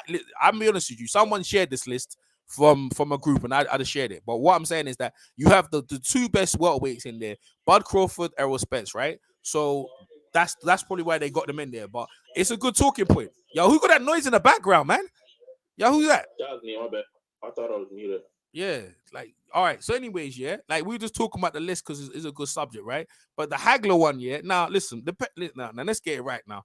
Hagler, depending what Hagler coming in there south with, that Hagler comes in, how he fought Leonard, I think a lot of them guys got to steal some rounds with him because you know when Hagler went in Leonard, he started clowning. He came out orthodox and he gave up the first 5 rounds, right? So you guys think the mentality of what Hagler's in. If you're talking about the Hagler, all business is coming in for a war, then fine. But again, Hagler, you see when he fought against Leonard, it was very close though. If these dudes could box Hagler for 50 rounds and keep it up, they got a chance to beat him, bro. They got a chance to beat Hagler. But none of those fighters have the chance to fight like Leonard. Nobody fights like Leonard. Nobody can fight as well. You don't think Crawford the Mayweather fight? And also you have to take into account Crawford, you don't think Crawford and Mayweather can fight like Leonard, nah? No, they can't. Come on now. They got movement now. They got fast hands. They busy. Not like that. The question is though. The question is. Listen, bro. No, man. Listen. Hear what I'm saying to you, bro. The only problem you should say is the power now, like, because that Leonard can still hit, right? Them dudes, it's not even the power. EJ, the boxing like that. No, it's a whole different level. Leonard would fly around. Hagler's slower than them. He gonna be slower than contributing, so he gonna have to find them first, though, innit? Are you saying if these guys were natural middleweights? No, they could move. Hagler's not the biggest middleweight, so they could roll up. They 140 from 147 to 160 ain't that much though. Battle ain't that much. Go ahead, Doc. Go ahead, Zoro. EJ, you stirring up the pot. Yeah, that's good shit. Who you think? Let's go on and get to your, because you stirring up the pot. Are you sitting here telling me that you think? Let's go on and get to the bottom line. Yeah, go ahead. You telling me that Floyd Mayweather, Terrence Crawford, Pacquiao, don't Pacquiao, and Earl Spence. I ain't fucking Pacquiao. Any one of those four. Okay, any one of those four could outplay Pacquiao. Beat Marvin Hagler. No, listen. Let me get this right now.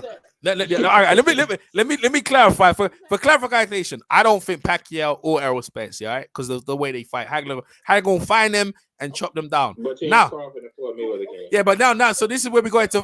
So now, so Floyd Mayweather and Floyd Mayweather, right, and Terrence Crawford have a chance against him, yeah.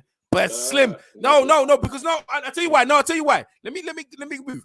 When Leonard fought Hagler, no one gave Leonard a chance. Remember, even though when Leonard done all them things at welterweight, all them Hearns fight, they didn't give him a chance. Like, he was 7-1 underdog. So even Leonard, the great Leonard, they didn't give him a shot. So going into the fight, if they had the fight, they're gonna be underdogs. We know that.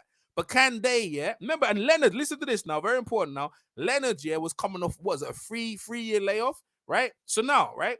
And Hagler was still reigning as the middleweight champion. So let's take that particular fight, and we talk about when Mayweather, where he is at the end of his career. So let's take Mayweather when he fought Pacquiao, right? Let's take Terrence Crawford. Terrence Crawford's like real good performance, one of his best. All right, good. All right, so all right, cool. Let's take him now, right? So So now put Mayweather in that position there and put Thing in there. They can roll. They can get rounds in him. They ain't trying to knock him out now. All they're trying to do is get to the finish line and try and output him. And I think they could. They could get to a split decision. Maybe they lose, but I don't think they're gonna get blown out or lost and get completely burned. I don't think that, bro. Even then, I think they're two. They're two. Hagler, right? Yeah, go ahead. Are we talking about Hagler? Yeah. Hagler when he fought Leonard though. Hagler. So. But see, this the thing though. Yeah, go ahead. You keep using examples of the great four guys to prove your point to them other bottom bums. You keep. I noticed that you don't never say what Mayweather can do based on his previous opponent. But you keep saying that for Duran, but you keep using Thomas Hearns as an example. Yeah, because if you were to use Willie Monroe as an example. Let him finish, though. Let him finish. Go ahead, Zo. Go ahead. But that's our point. Our point is you got to use Sugar Ray Leonard because he beat Marvin Hagler, and we saying that those guys are in a different tier than those guys.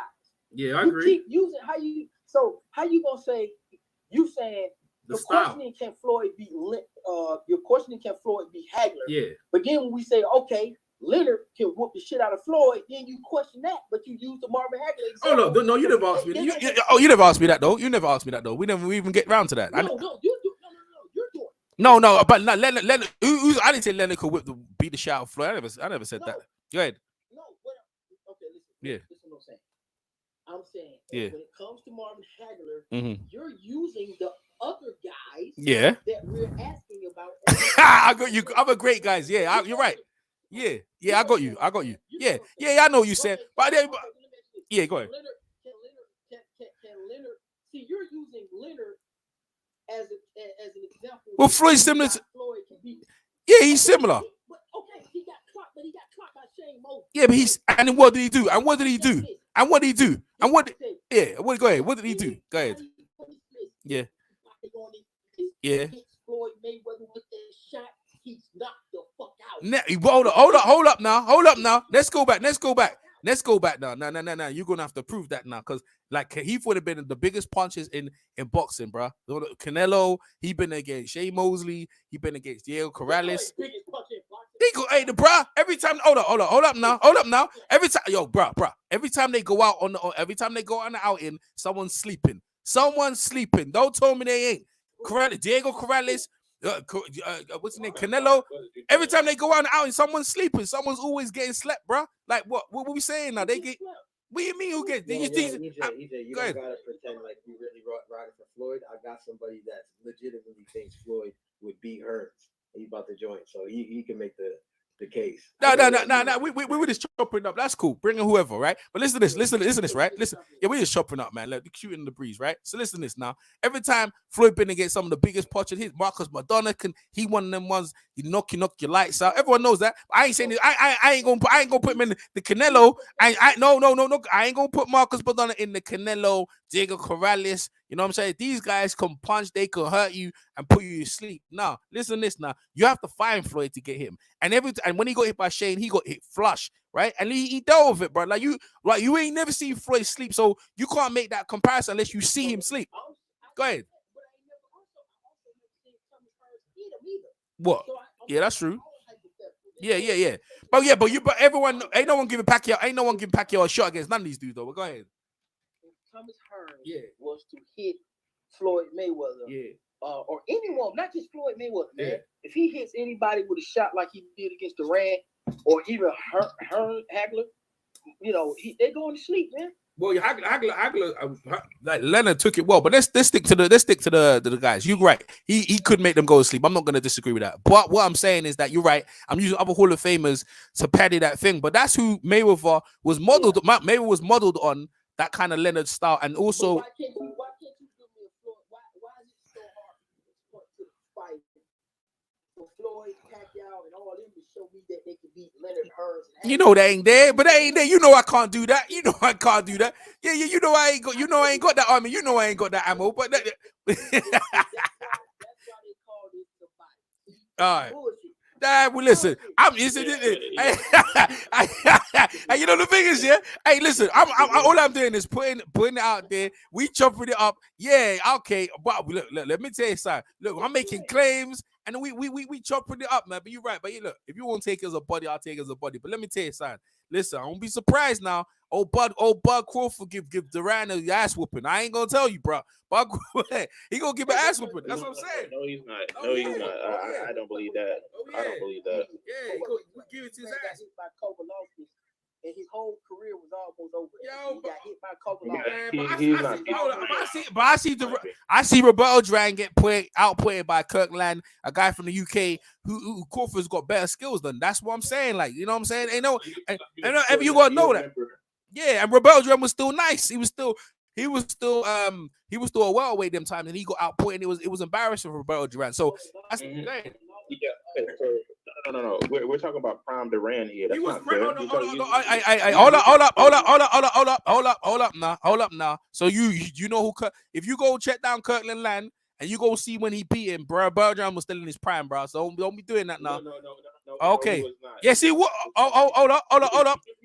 He was around like 36 or 37. Yo, he was out of his prime when he fought bloody Leonard, bro. His prime was all up in the bloody lightweight division in the 70s, bro. So he was out of his prime. So all right. So what? But Roberto Duran, when he started get credit, is when he moved out of the lightweight division and start going for the weights, bro. So that's what we talking, right? We talking about that Duran. He fought Leonard at like 30. And when he fought Kirkland, no, let it. Roberto Duran ain't making no excuse, and we ain't doing that now. We're talking. I can pick it. Yeah. We can pick any Duran. We can pick any Duran we want. We can pick any Duran we want and put his ass in the ring and give him that work. That's what we're doing right now. Wait. Real quick. Yo, what's going on, Jalik? Yo, what's popping? What's talking about Floyd versus Hearns, Floyd versus Leonard, and they're also, if you can see that picture in the chat, it's Spence is on there too, and Crawford, and so Crawford versus Hearns, Crawford versus Hagler. Okay. Yeah, so who do you got and why? As far as Floyd versus Hearns? Well, that or Floyd versus Duran, Floyd versus Leonard. The most toughest fight I believe for Floyd would be an Aaron Pryor. I think Aaron Pryor can beat him, but I got Floyd UD versus Hearns. Easy work. Hearns. I already told you before. Like, look at Hearns' game plan versus how the fuck you gonna move to middleweight and try to bang with a middleweight. Floyd is the smartest fighter. Also, people don't realize that his inside game is like James Toney. But it'll be a tough fight. Floyd gonna circle to his right the whole fight. He's gonna make him win with his left hand. He's not gonna let him hit him with the right hand. Even if he did get hit with the right hand, dude is a big puncher. But a lot of times people don't realize Floyd got a chin. So I got Floyd UD over Hearns. There you go. Floyd UD over Hearns. Smarts is over there. So I always bring this up. People always try to say if he getting majority decisions, barely beating Wilfredo Benitez, how the fuck you gonna beat Floyd? Floyd defense much better than Wilfredo Benitez. Benitez was an upper body guy, New York, Puerto Rican. Shout out to him. But Floyd footwork is better. Floyd do pull counters on Tommy Hearns. Plus Tommy Hearns, when you start to take it to him and go to his body with them high ass fucking shorts he had on. Look, listen, and Floyd might drop him. It might look like Diego Corrales, real talk, and I ain't capping for Floyd, and that's for Hearns. But as far as Ray Leonard, that'll be a tough fight too. But the only thing is, if you break it down, what does Ray Leonard do better than Floyd besides have more power? Oh boy, I think Floyd. Hold up. Yo, hold up, Jalik. Hold up, Jalik. Yo, hold up. Let me conduct this though. Yo, hold up. Let me conduct this, right? So everyone, like, you know, Jalik made some good points. We don't need to be all shouting. And let the fact doctor operate. We're calling the fact doctor. Doctor, are we calling? I'm just saying. No, we gonna call the fact doctor to operate on that one. Yo, there we go. Everyone else mute. All right, so fight doctor. We got a matchup. Everyone else put yourself on mute. We going to operate surgery. We're about to be operated. Right. So my man Jalik over here that's come over, big over Jalik. He said that Hearns, he said Floyd Mayweather would beat Thomas Hitman Hearns. Go ahead, fight doctor, talk on it. Everyone else on mute. That's a tall mountain to climb for Floyd Mayweather. I mean, so Hearns' only real shortcoming was his chin. But look, go back and watch the first, in fact, either one of them. But the fights but especially the first fight that Hearns had with Sugar Ray Leonard. Hearns was giving Leonard a boxing lesson. Now, let that sink in, okay? Hearns was that good. So a guy who is able to one-up Sugar Ray Leonard in terms of boxing, that's a tall order for anybody, including Floyd Mayweather. So I think Floyd takes an L, probably by knockout. So, hey, my man, let me ask you this. So you think he gonna outbox Floyd? Like, really? The same nigga that lost to Aaron Pryor in the amateurs is gonna outbox Floyd, bro? Come on, bro. Wait. Come on, bro. And Aaron Pryor. Hey, Bow. Hey, Bow. Hey, everyone else mute. I love Jalik. You have to, yeah. Jalik. Hey, Bow. Just leave it. Hey, Bow. Just leave it between. Yeah. Let's leave it between Jalik and Fight Doctor. So no one else jumped in, or I'll just into it. So Jalik, yeah, when you gonna make a question, let's make a question, not a statement, and leave for Fight Doctor to come back. Otherwise, you're just ranting. You know what I'm saying? So make it like you good point about Aaron Pryor, and then let the Fight Doctor come back so you can go backwards and forward. Go ahead. So Aaron Pryor. Yeah, there's no shame in losing to Aaron Pryor. Okay, I mean that's like saying, well, you lost to Floyd Mayweather. Floyd Mayweather is the cream of the crop. Well, that was Aaron Pryor. So I honestly don't get your. And then it was in amateurs. And what happens in amateurs really doesn't count. So yeah, I just don't. But I just see don't. a lot of times people is just think that because Thomas Hearns has more power and he taller, that he's going to beat Floyd. But Floyd is harder to hit. Floyd got range on him too. His range is almost the same. He's not that much smaller than Sugar Ray Leonard as far as like his range. And we all know his defense is way better than Sugar Ray Leonard. Also, his inside game. Wait. His defense is way better than Sugar Ray Leonard, and he never got dropped. He never got dropped. His chin better too. So he didn't get dropped. So Sugar Ray Leonard. So Sugar Ray Leonard is a Hey, legitimate Thomas Hearns all-time been great. waiting on Hey, yo, you no, I know, hold up, no one else jumping in, yo. Just let like you can do one or let Jalik go. Yeah, what? Yeah, yeah, go ahead, Jalik. I don't need no help. Yeah, go ahead, Jalik. Go ahead, Jalik. Because listen, come on. so Go ahead, Jalik. Go ahead, Jalik. Go ahead. So we all know that Floyd takes away your best punch, right? So if Hearns got a big right hand, in order to take that away, you circle to your right. So it takes away the velocity of the punch.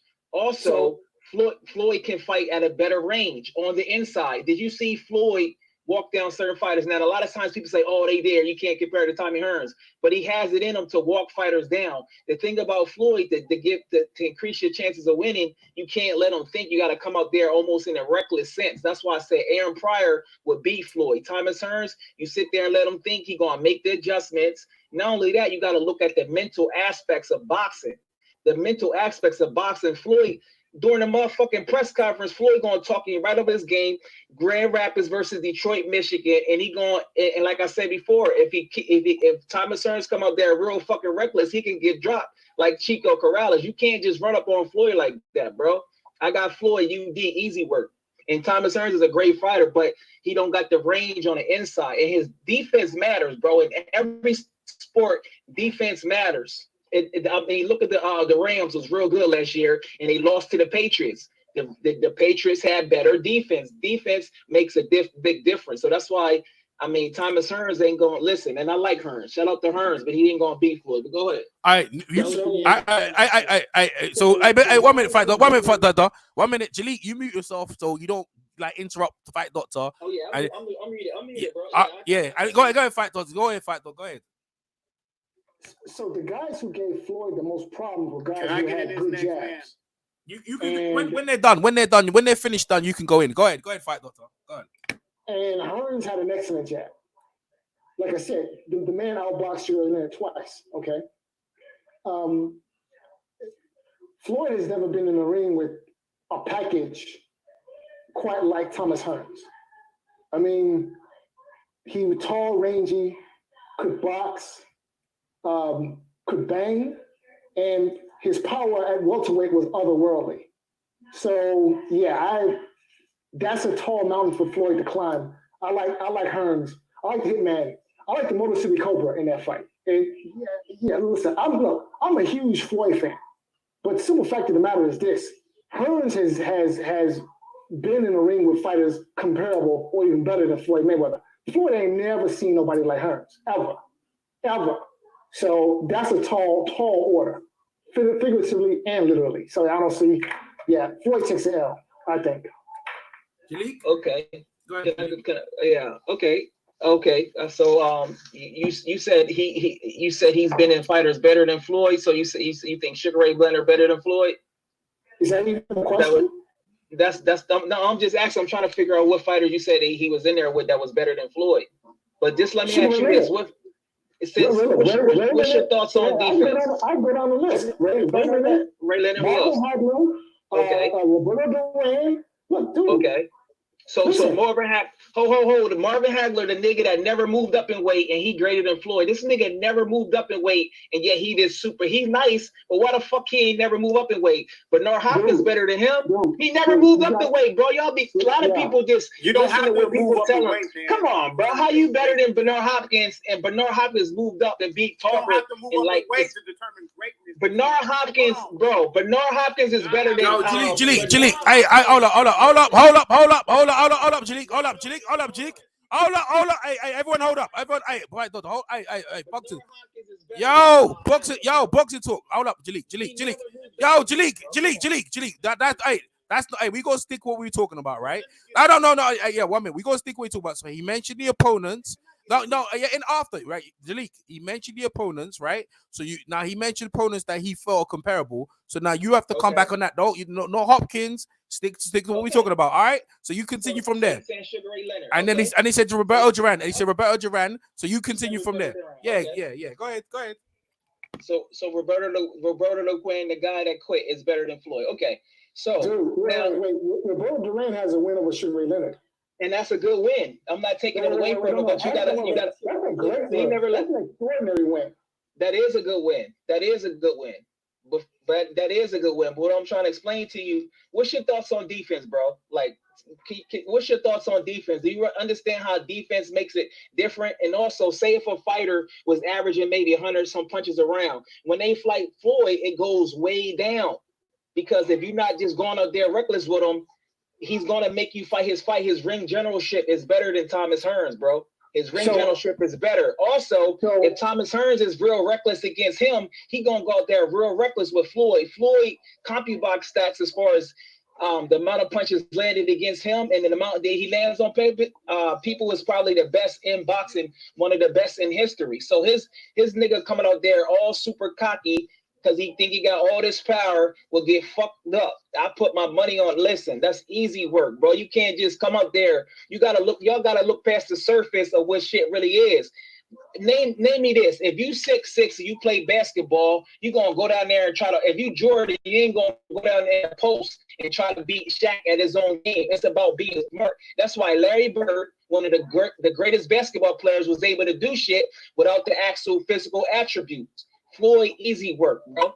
This is easy. I don't even need no help. Y'all think, go ahead, bro.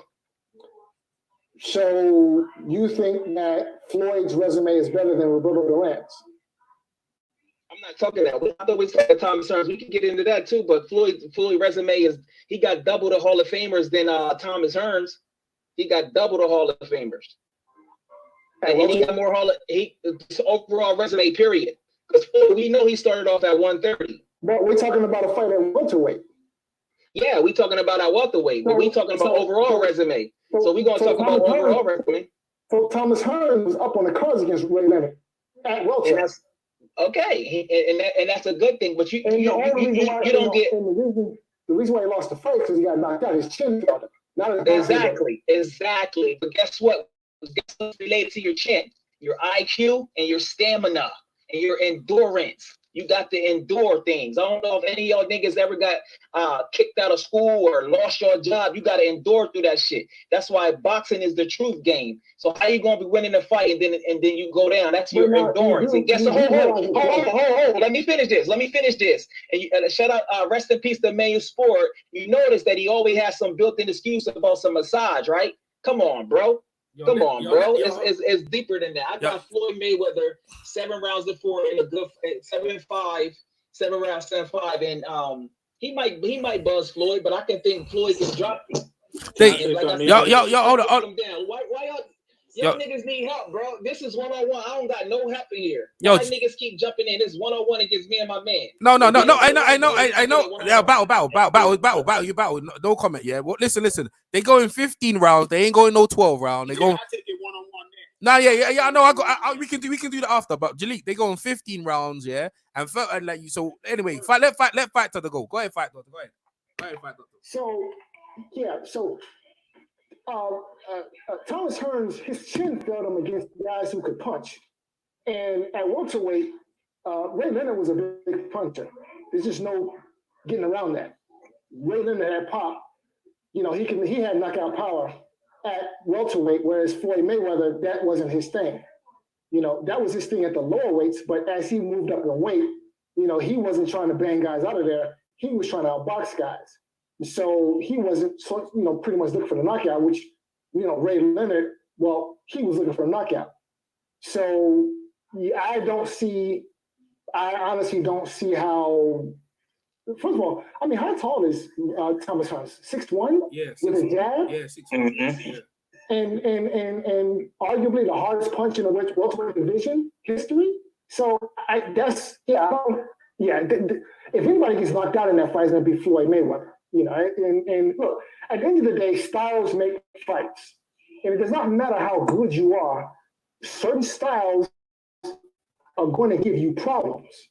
Okay? Now for the boxer, the bad stylistic matchup is the swarmer. Okay, now not to say that Thomas Hearns is a swarmer, he's also a boxer. However, Hearns has the advantages over Mayweather. Can I ask you a question? Hold on a second.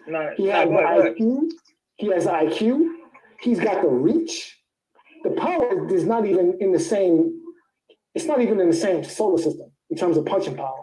Okay, the only advantage maybe that Floyd would have over in Hearns would be possibly stamina and maybe footwork. But other than that, every other advantage either even or like lopsided in Hearns' favor. So, you know, I don't.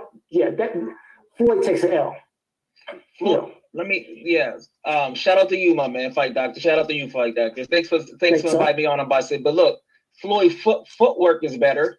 His feet is better. His defense is better. His accuracy is better. All these things make a difference. And I'm telling you, it doesn't matter if your power is there.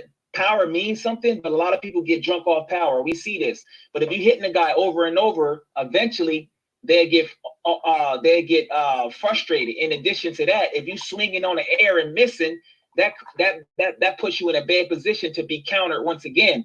And also, even if you're not a good body puncher, I mean, if you're not a big puncher, you can still go to the body. Do you understand that? Do you guys understand that Emmanuel Stewart never wanted Thomas Hearns to spar with James Toney? And do you understand that James Toney is from Grand Rapids, Michigan, just like Floyd, and just like James Toney, Floyd can fight that same style on the inside. Now, when I bring up exactly, so why he ain't want him to fight that style? Because Emmanuel Stewart, no, bro. Emmanuel Stewart, no. Go ahead. The reason why Emmanuel Stewart didn't want Thomas Hearns sparring James Toney is because he didn't want James Toney to get embarrassed. Yeah, okay. I can tell you who the superior boxer is between those two. It's Thomas Hearns. Okay. Okay. So I'm a huge James Toney fan, but Thomas Hearns is the boxer. Okay, so James Toney will lose to Thomas Hearns. And now I don't like to use triangle theory. So Iran Barkley beat Thomas Hearns, yes or no? Okay, and then James Toney pieced up Iran Barkley, bro. We know that, bro. I never heard Fight Doctor. You know better. Come on, bro. You reaching now, bro. You reaching, bro. Wait a minute. George Foreman beat George Foreman beat Joe Frazier, and Joe Frazier beat Muhammad Ali, and Muhammad Ali beat Joe Frazier, and Muhammad Ali beat George Foreman. So triangle theories don't work. James Toney, bro, would beat the brakes off Thomas Hearns. That inside game and the catch and shoot game. You see the spot? He had one punch knockout at 160. He had just as much power to him. That he'll beat the brakes off Thomas Hearns. Jalil, you saw when he fought Michael Nunn, right? He was losing like every single round until finally he caught up with Michael Nunn, right? Have you seen the sparring session? You can see the sparring session for your safe, yeah. James Toney, yeah, against that style, he's always the underdog because he struggles with it, bro. Like he struggled with Roy Jones, he struggled with guys who were fast and they got power. So what he's trying to say is that you can see for yourself when he said that, you know, when Fight Dog is saying that, you know, he's not just making a random statement. He actually knows, right? The information. Go ahead, Fight Dog to explain. He'll tell you himself, like where did Fight Dog? Where did you get that information from? Bring up the video.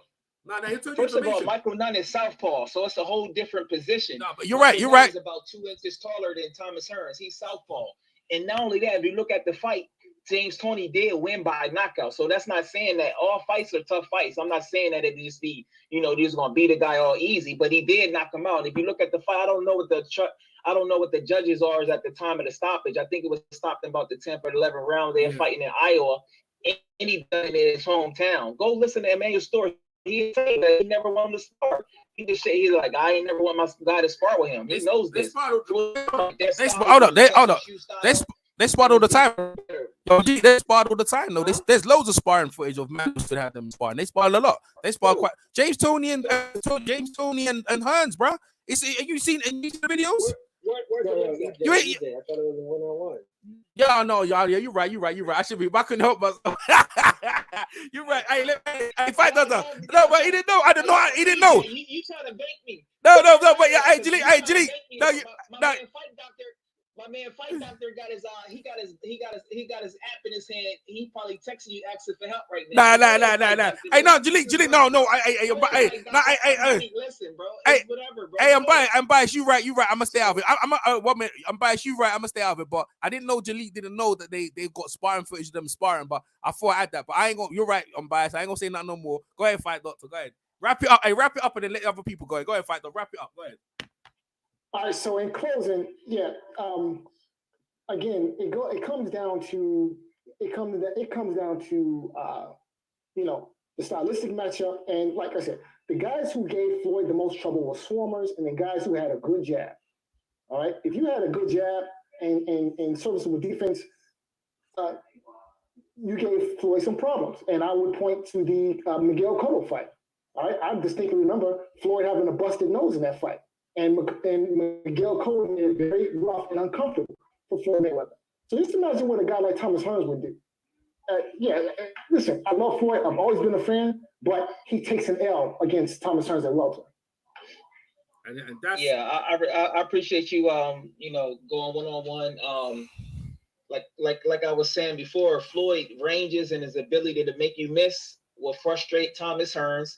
His also body punching, his underrated power. He got some power, also his timing. And we also know, we looking at Thomas Hearns as having a big right. We do know that Floyd got a nice straight right as well. Yeah. He got a nice straight right as well. Also, Floyd is the master of pull counters in all the different ranges. Not only that, from the physical strength department, you can already see that Thomas Hearns was having probably weight problems. So Floyd, he walking around at 150. So you give that to Floyd. Floyd can walk him down just like Sugar Ray Leonard can walk him down and unanimous decisions like 7-5, 8-4. I got Floyd. All right, nice one. Great debate. Hey, Jimmy, you want one more? Because someone else is calling you out. Do you want to do one more, or you done with that? Because as long as what's the opponent? Boxing. We got a boxing talk. He wants to debate you on that one. It's up to you. Yeah, do you want to go? Do you want to go debate? We can do that one-on-one. Yeah, one-on-one. All right. Let's keep it respectful, guys. All right, boxing talk. Go ahead, boxing. It's your turn. Yeah. Boxing. Is it the same opponent? What opponent are you doing? No, yeah, I think it's the same thing. I think it's the same subject. Yeah. Well, I'm doing. Go ahead. I'm doing Sugar Ray Leonard. I'm doing Thomas Hearns. Yeah, could we? Yeah, we're doing a list. Yeah, so all right. So what we doing, Jalik? You know the picture of the list. What we was doing, like. I don't see the list. I don't see this. I don't really see the list. Let me try to see if I can. I'm gonna put it in the chat. No, stay. I'll put it in the chat. Let me see if I can see the list. I'll put it in the chat. Hey, I'll put that. No, it's in the chat, but he just came onto the hangout. No, I'll put it into the now so he can see what we talk about. 1 second. So B Talk, are you talk? Are you? Okay. Here we go. Y'all see it? Okay. Hearns fight versus Floyd or not? Yeah, I got Thomas Hearns winning that fight versus Floyd. All right. I can give you my reasons why. All right. Okay. My reasons why. Okay, go ahead. Go ahead. My fault. I'm sorry. I have Thomas Hearns winning the fight. Now, when I look at the attributes of both fighters, first of all, I'm looking at one fighter fighting at his prime weight. Thomas Hearns was a prime 147, and Mayweather moved up into the division. Thomas Hearns was his prime. So I'm gonna take that into consideration that Thomas Hearns, in my book, would have won the fight. First of all, he's longer, he's rangier. I know you made a comment said that Mayweather was more rangier. No, Thomas Hearns had a 78-inch reach. He was way more rangier than Mayweather. He had the height of a Mayweather. I do agree that Mayweather had the foot speed, and Mayweather can fight on the inside. But Mayweather, what people got to realize, when he got to welterweight, he became more of a measured, slow to pace down fighter. Now, Thomas Hearns with that jab, which, see, what people don't fail to realize, the thing against the Philly shell to use when Mayweather go into that Philly shell is the jab. When Oscar De La Hoya used the jab against Mayweather in those rounds, and he used the jab against Mayweather, he won those rounds. Thomas Hearns is longer than Oscar, taller than Oscar, more rangier than Oscar. Thomas Hearns, now his downfall will be the later rounds. But I believe Thomas Hearns will build up the points against Mayweather because Mayweather will want to fight a measured, slow fight. Thomas Hearns will be pumping that jab, throwing that right hand off the jab. He'll be doubling the jab. He'll be tripling the jab. Yes, he did outbox my guy Sugar Ray Leonard for at least 8 or 9 rounds of that fight before Sugar Ray Leonard was able to catch up with him. But Sugar Ray Leonard was strong. Sugar Ray Leonard was a strong welterweight, and he was able to endure the punishment that Hearns was able to put on him because he was a natural welterweight. I don't think Mayweather will be able to endure the punishment and be able to come on in the last round, the last 3 or 4 rounds needed to stop Thomas Hearns, like a Sugar Ray Leonard did. Floyd Mayweather does have endurance, but I don't think he would have had the endurance enough to come back and be able to stop Hearns, which I think he would have had to come back and beat Hearns. I got Hearns winning the fight 8-4, and maybe stopping Mayweather in the later rounds. Okay.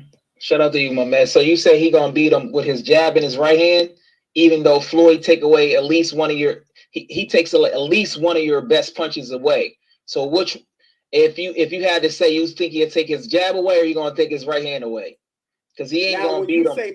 Floyd takes away your best punch, bro. Floyd takes away your best punch. Like he took away.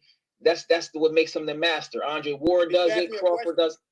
Yeah. So he's gonna take away his one of those right hands, because you mentioned that he was just gonna beat him with a jab in the right hand. So with Floyd circling to his right, it's gonna be harder to land his right hand, because it would leave him in the position to be hit.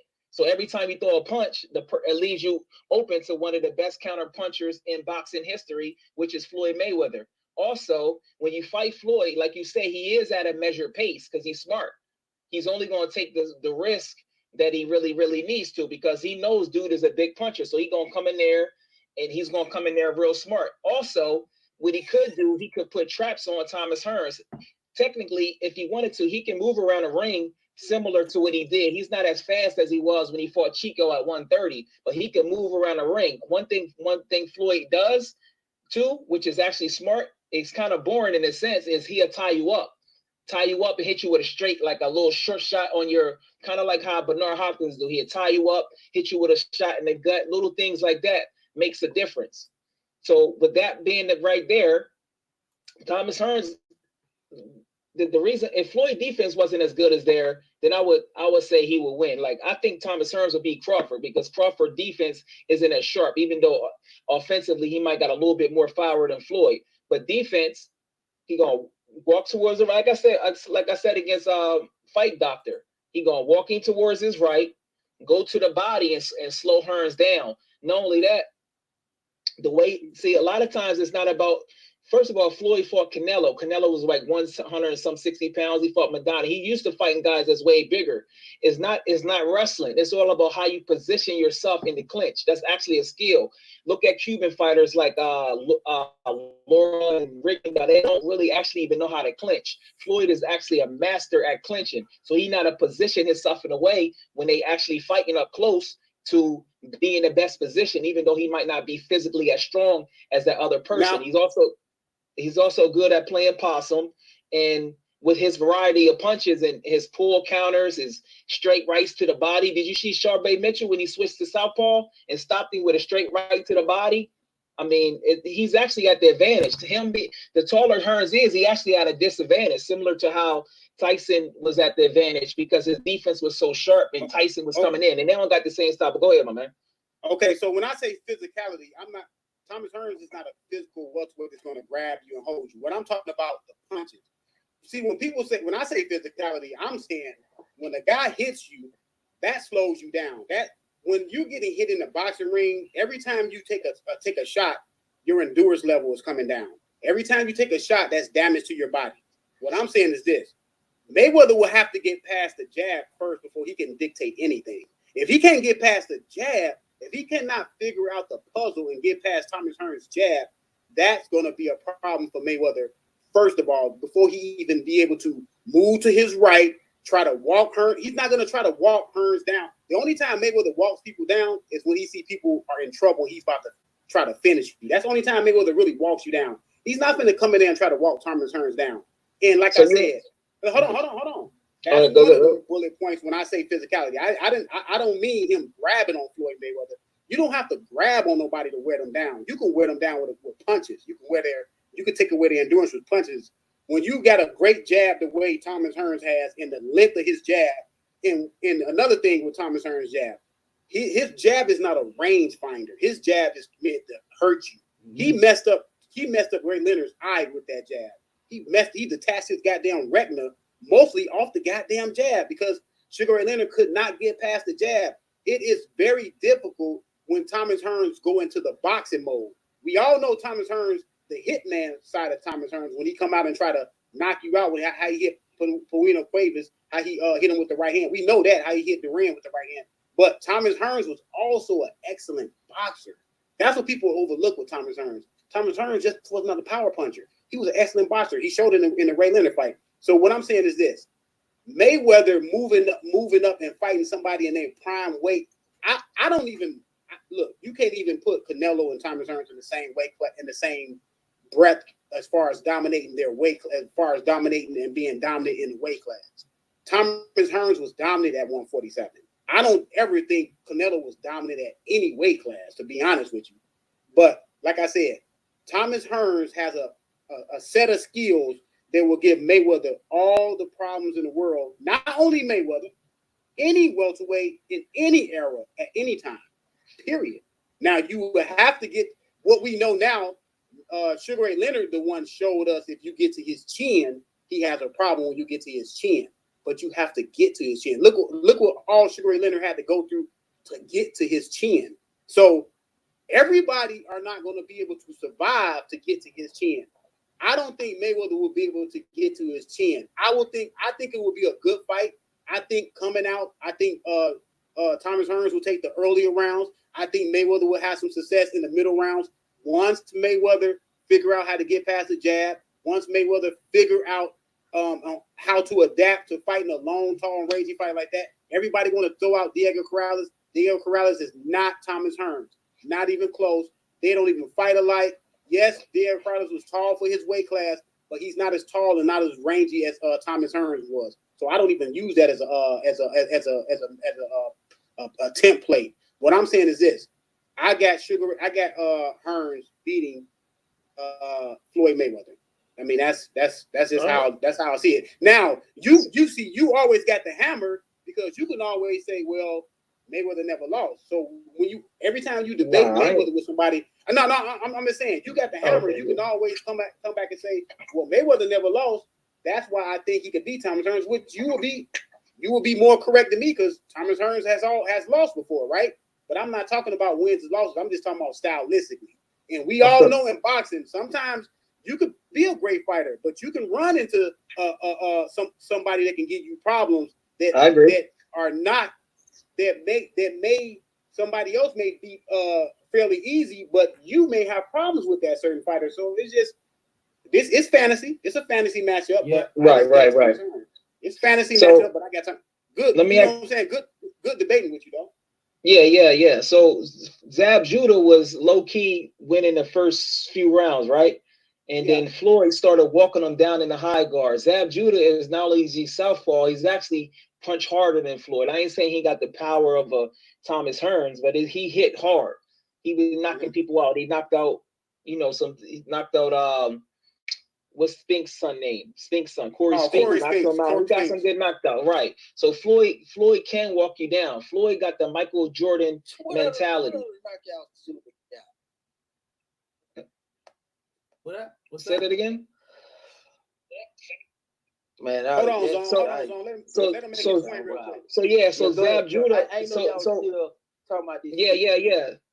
Yeah. So Zab Judah, like Floyd, is the best at the overall things that Floyd does is just better. He's better at making adjustments. He's smarter. So the fact that he's smarter will make up for his lack of height. And his reach is 72 inches. Just like Mike Tyson. I'm gonna also say this too. When you say, everybody always say Mayweather has a higher IQ than anybody. Mayweather doesn't have a very high IQ because he was taught by his uncles and his father. He was schooled very well. But do y'all ever take into consideration that this era of fighting, even in Mayweather era of fighting, those guys just didn't have a high IQ because they were not trained well like those guys in the 70s and the 80s. Those guys in the 70s and 80s were trained fundamentally sound fighters. If he's so smart. Hold on. Go look at the All right, go ahead, because you cut me off. Okay. Those guys use jabs. The guys now do not use jabs. Why don't they use jabs? That's why a lot of these guys be crying about these fights being close because they don't know how to win quiet rounds. What wins quiet rounds is a consistent jab. But Mayweather was also in the era where he was much smarter than everybody else because Mayweather was taught in the old school style.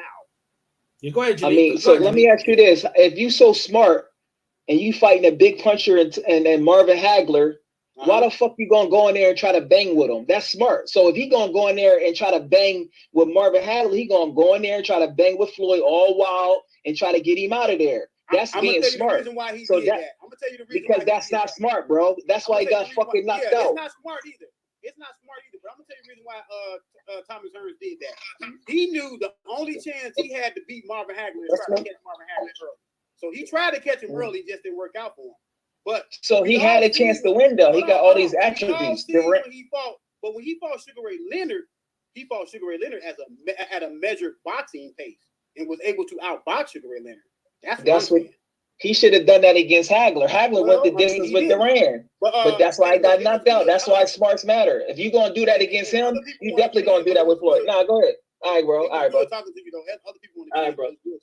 Yo, Good talk, Jilly, you don't have to go another round. That was good, and we still chopping up on the team A. Well, Joe, you want to say something? Go ahead. My question is this. But Jilly been going 3 rounds. Jilly gone 3 rounds with a lot of people, so I'm just like you don't have to be on Jilly though, because like you know what I mean. Unless Jilly still want No, he shit. There ain't no argument with me. Ain't no way to fuck Floyd Mayweather could beat no Thomas Hearns. I wouldn't even have that argument. That's ridiculous. Yeah. So y'all, I think a lot of y'all picking him because he's taller and got power. You got everything in life it starts in your mind first. Well, you got to look past the surface. You got to be smart. You can't fight a dumbass fight and then beat Floyd. Well, you got to give me a chance to see if that's what I'm saying. I don't give a damn. All right, bro. Go ahead, bro. Go ahead, bro. Yeah. You make a good point, and I think the way you just said that people pick Thomas Hearns because he's taller. I think people just pick Mayweather because that's all they know, and he's undefeated and he's more polarized. Yeah. So let's not play that game. A lot of people don't look at the 90s boxings, the 2000 boxings. They may go back now because YouTube is available, but a lot of people just started watching boxing specifically with Floyd Mayweather after De La Hoya, Ricky Hatton, his retirement and his comeback. So all people know is Floyd as the greatest or TBE. But my thing is, I don't believe that Floyd has demonstrated all the shit that people say now that his career is over. Because when you look at his resume, y'all talking about all this cool fly shit that he did, but he did against a lot of shitty ass fucking fighters. Ortiz is the worst boxer probably of all time. If you look at an all-time worst boxer list, Floyd has a lot of top boxers on his list. Ortiz is one of the worst boxers in history. Guerrero is probably one of the worst boxers in history. And we going around talking about like Floyd just going around here dusting people off, washing people off. Canelo, every fight he has, it's a split decision. It's some controversy with it. He taking steroids. I don't know.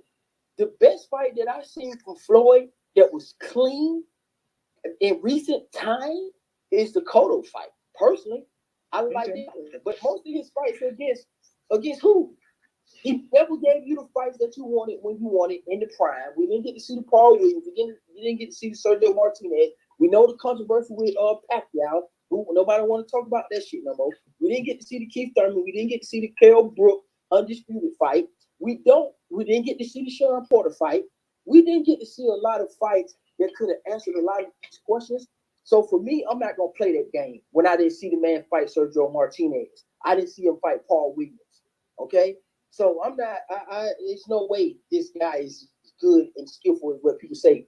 It's just the same old talking points. People get on YouTube. They listen to the same people talk about jab to the pit of the stomach, the pull counter, and the lead right hand. Exactly. Yeah, that is a good point. That is a good point.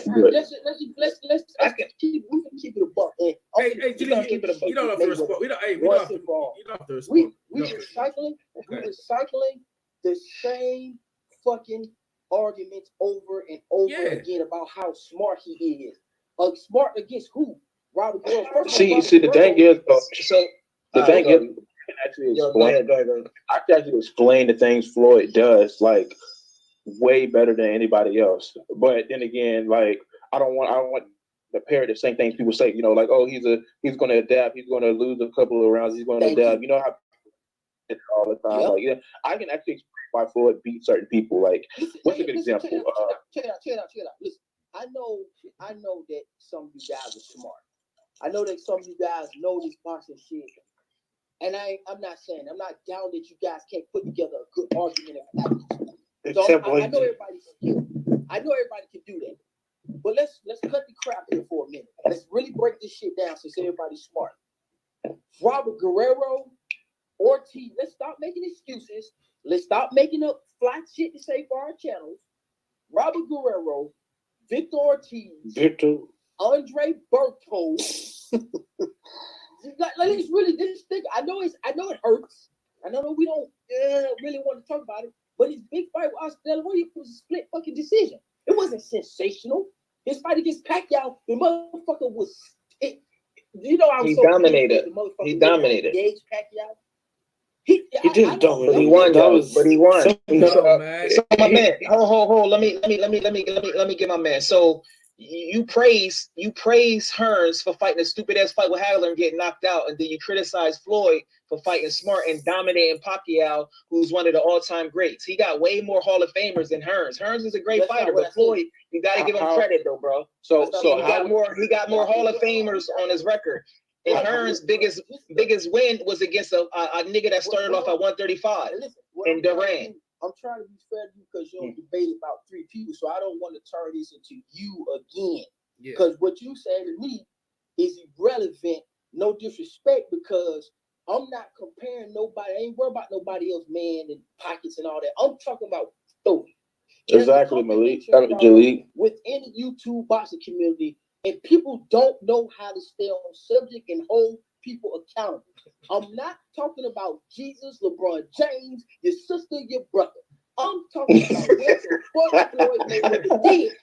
And I don't know what's so hard about that. If you want to talk about Thomas Hearns, we can drop Floyd. That's what we're talking about. Go about Thomas Hearns. That's what we're talking about. I'm talking about fucking Floyd Mayweather. Yeah, but that's what he. The thing about I know Floyd Mayweather breaks me. I can break shit down. So when we talk about Canelo Alvarez and everything in it, it's nothing impressive. The only reason Floyd is impressive is we compare him to other people. And really, a lot of this shit is because he made a lot of money. Let's be real. Nah, I don't look at it like that, bro. With them hands like that, it's still at 130. This is the two things we talk about. Floyd Mayweather at 130, 135. He sure was a beast. But when he get up to the other weight class, we give him these honorary ass fucking accolades that don't fucking matter. He ain't never his resume is still pretty darn good. It's just that even though some of the wins that people give him credit for are not all that impressive, in my opinion, you can break some down. Like why Manuel Marquez and Ricky Hatton? Like, are we really going to be like those guys with the smaller fighters? So I mean, but so is Duran. But so is Duran, and Marquez is a Hall of Famer. Duran's small too. Duran and move up to weight class in Sugar Ray Leonard. He fought somebody first. I want to show you this. I'm not a prick like that. And see, this is crazy. I understand why the Ricky Hatton fight, because if you follow boxing, first of all, we're talking about Miguel Cotto and Ricky Hatton. That was supposed to be the fight at 140, if y'all remember. But Ricky Hatton had touched 147 and had been talking real big shit. Now, I understand that. And Ricky Hatton was undefeated. Ricky Hatton was hot. I understand that. I'm not mad at it. Some of the shit makes sense. You didn't hit me. Now, is Ricky Hatton an all-time great opponent? Absolutely not. But was it understandable on why he fought him at the time? Okay, cool. But after that bogus ass retirement to avoid those killers at 147, Paul Williams. Come on, man. I know better. I watched this shit. I watched the HBO. I didn't watch it on YouTube. I didn't look at EJ's boxing channel and learn about boxing. I was watching this shit. You might learn something though. Nah, I watch it too, bro. I respect that because I actually watch boxing, bro. I was watching boxing before Floyd. We know. I've been watching boxing good. But remember, 88, 90.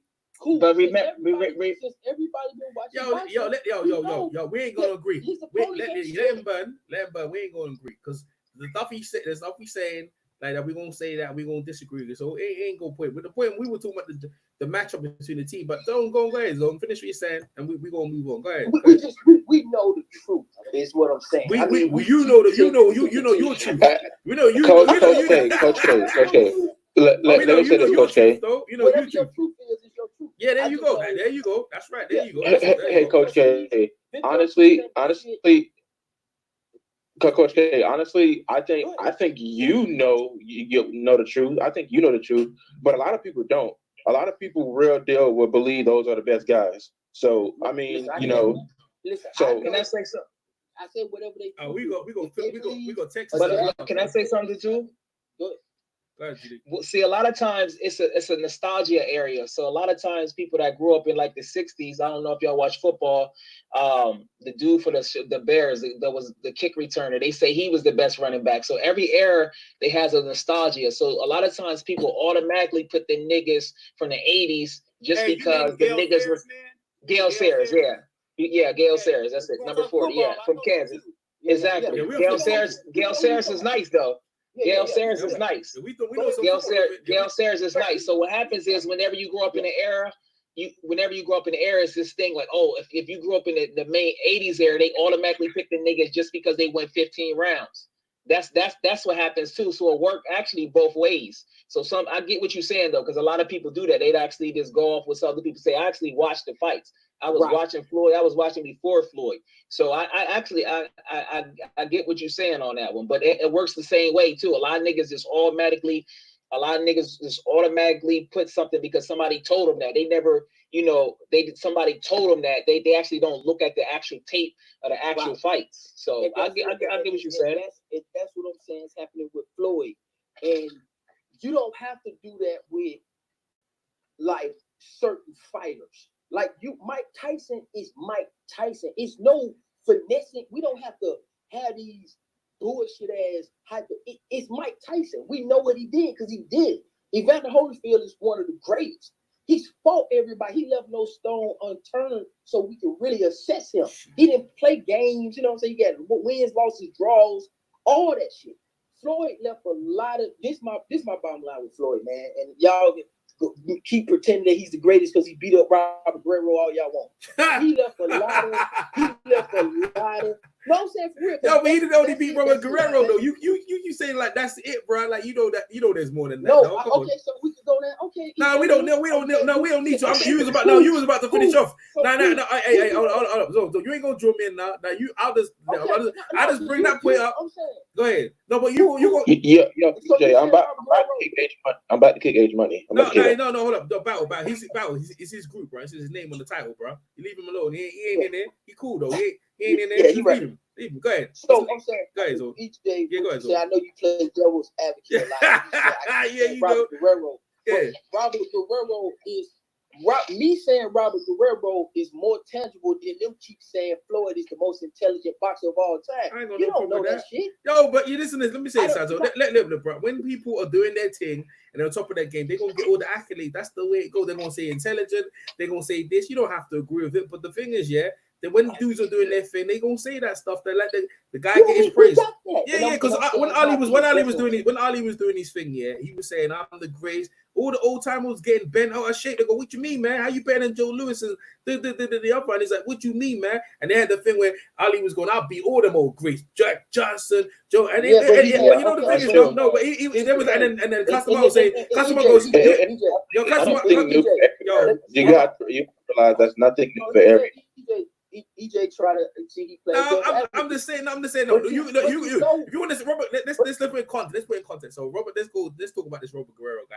So coming into the fight with Floyd, like he was a long range. Man, what's Robert Guerrero good at? Yeah, let me burn on this though. Let me burn on the bit. Let me puff on the smoke on this. I don't smoke, but let me puff on this, right? So we said, before we do this, hold on. Yeah. Because EJ, you like to blow a lot of hot air. We gonna get you in the space. You're not finna just do that today. All right, what we do? Go ahead, so. Go ahead.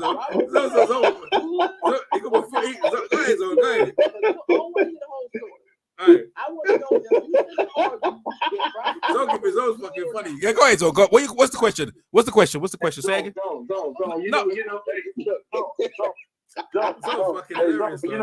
EJ gonna start the debate, and we never gonna hear from him. He gonna let us all go. Phil know it is. But hey, before I do that though, let's make it crystal clear in HD. Don't tell me the question again, so I know. Go ahead, Zone, in HD, crystal clear. Go ahead. Yeah. All right, so All right, go ahead. why you still on here, why you on left? That's what I'm saying is, if you gonna play devil advocate, I just want to hear an intelligent debate on why Robert Guerrero is good. Because I'm picking on Robert Guerrero. I'm letting you know what I'm saying. He ain't shit. So if you want to try to counter that, you need to take a step. I'll tell you what. I'll tell you what. I'm a full back. I'm a full back on that. Okay, I thought so. All right, okay, what you want to do with Robert Guerrero? What you want to do about Ortiz? All right, I'm leaving that alone as well. Okay, but you feel sometimes you sure you good. I'm good. You know I was trying to bring. You know what I'm trying to bring. You know I was saying. Hey, Phil. That's the ghost right there. No. Phil blew my whole thing because you know I was setting it up to let someone else jump in, and Phil done blew it. I was, yo, alley-oop, that's some alley-oop shit, man. Y'all that got me on that one, but that's cool though. This is what Phil thinks. This is what Phil has to say. What's up, Phil? See what Phil has to say. Jalik, that's Jalik, bro. Jalik. Yeah, what's up, bro? What's up? Okay, that's a good conversation. I just wanted to acknowledge, good. I'm sorry, what's your name again? Yeah, Coach K. Coach K. Okay, nice meeting you. You got a channel? I just subscribed to EJ Box. I have to subscribe to y'all, bro. I don't upload no more, man. Yeah, you gonna find me over. You gonna find them over here. Nice one, Jalik. Go ahead, Phil. Burn on it, Phil. Go ahead, Phil. Nah, man, I just jumped in, so I don't know what the topic at hand was. I just heard Zone cooking on a couple different things. Look at that. So but hey, look, I already knew how that Robert Guerrero thing was gonna wind up, so I already knew how it was gonna go down. I ain't trying to mess up that shit. Yeah, man, it's a good argument. And then you had to come in and mess it up. I ain't trying to. Tommy, I just I ain't trying to put myself out there like that. I ain't trying to put myself. But he think he say EJ because we used to make EJ pick. Listen. I was saying it. I want to get a one. Because he made me mad. I was saying it up. Hey, Julie. So yeah, I was saying it up for someone else to jump in. You know how Phil knows I do that, man. You know what I'm saying? Yeah, they were gonna. Yo, Julie. So you think Floyd beat Tackler too? You think Floyd be tackling too? At 160? No, not at 160. Why are you picking on Jalik? Not at 160. Hey, Jalik, yo, man, why are we doing the Jalik, man? Man, come on, man. Let the Jalik, let Jalik have rest, man. You can't be asking Jalik all the time, man. You got other people in there. Look, man. Look. That's why I said I didn't want to just. Yeah, that's what I'm saying. Yeah. Hey, it's all good, bro. Y'all can talk to me, bro. Nah. Because you know what it is. Nah. It is a balance. We got balance out here. Fight doctor is Wilder Hall of Fame. That's better. After fight doctor, that'd be good. Yeah. Hey, fight doctor is what? Fight doctor. Call in the fight doctor. The surgery's open. We still got half an hour left on the surgery. Go ahead, fight doctor. Bring the operation table out. Fight doctor. I think the surgery's closed, man. I think the surgery's closed, boy. All right. So listen, we were talking about Phil. So there's a picture in the. No, Wilder's not a Hall of Famer. No, right. Not even close. There you go. Fight doctor. All right, cool. The surgery's open, man. The surgery's open right now. Yeah, because we were talking about like in the chat field, there's a picture, Team A, Team B, of like obviously Hall of Famers, the Furious Four, yeah, versus Mayweather, Spence, Pacquiao, and Crawford in there. We was comparing them like which one could beat which. So what do you want to say on that, Phil? You can see the picture in there. I'm sure you can see the picture in the chat there. About to lose this damn game in there, man. Hold on, let me check it out. Hold on. All right, cool. You check that out, and I want to hear what Phil has to say on that. And I think that'll be it, man. I'll call it a wrap after that, boy, because I think everyone's burned. Unless there's anything burning. What? Go ahead, Phil. What happened? No. You called it a wrap. No, after Phil, man. We were burning for so long. You and YG was good. That was a good little backwards and forwards, man. Oh, man. You and YG. I enjoyed that one. No, we ain't been on in a while. You're trying to cook. Team 1, Team 2. You still cooking? All right, we still cooking. Team 1, and we discussed that. Look, man, I know. Let me just put it. I'm gonna put it plain and simple to you, man. Right. So, in sports here in the States, right, a lot of times you got the A team and the B team. Mm-hmm. Sometimes people call them Team 1 and Team 2, right? Mm-hmm. Based on the pictures, Team 1 is exactly what it is, man. There's Team 1 and Team 2 is Team 2, man. You know what I'm saying? I mean, it's self-explanatory. I'm not even gonna go into to all that with as far as that's concerned, man. You talking about those guys on Team 1, man? That's just come on, man. That's not even crazy. Yeah, but it's the thing now. Let's talk about it now. Let's talk about it now, Phil. Now, so see Roberto Duran. You don't think no one in there can go 15 with Duran? You don't think they can take a decision on Duran? Remember again now. Duran lost to a lot of guys who move around. Like he lost to Kirtland Lang. He lost to Sugar Ray Leonard. He lost to guys who move around him. So you don't think none of them guys there like Crawford or Mayweather. Can we? Go ahead. I got a question. I'm saying that for Phil. Durant is the weakest link in Team 1, without a doubt. Yes, right? Yeah, let's go. Everybody would agree with that, right? Go ahead. So what Phil, that depends on what weight you're referring to. Most of us do. I want to hear what Phil has to say. Look. Yeah, I want to hear what Phil has to say. If you go to Team 2 and you pick the weakest link out of Team 2, right? Yeah, it's shit. Pacquiao. It's Earl Spence. I would probably say either EJ or it's between EJ and Crawford, right? Mm-hmm. So I mean, at the end of the day, you're talking about. I mean, I would think. Mayweather. I mean, these two cats, their stories are still being told, right? Yeah. You know, but as it sits right now, where these guys are sitting in their career, I would still say Duran is better than both of them. And that's just my opinion. Now, let me ask y'all a question real quick. Make it more interesting. Since EJ want to get off. Look, can we come up with a list? Now, we got the top 4. We got Duran. We got those 4 guys. Is it any other combination of 4 boxers between welterweight, I guess lightweight and middleweight that can beat these guys? Can we put together a list that can be better than those guys? Hell no. Which one? Team 1 or Team 2? Fuck Team 2, man. Come on now. Team 1. Oh, Team 1. No, man. You know that already.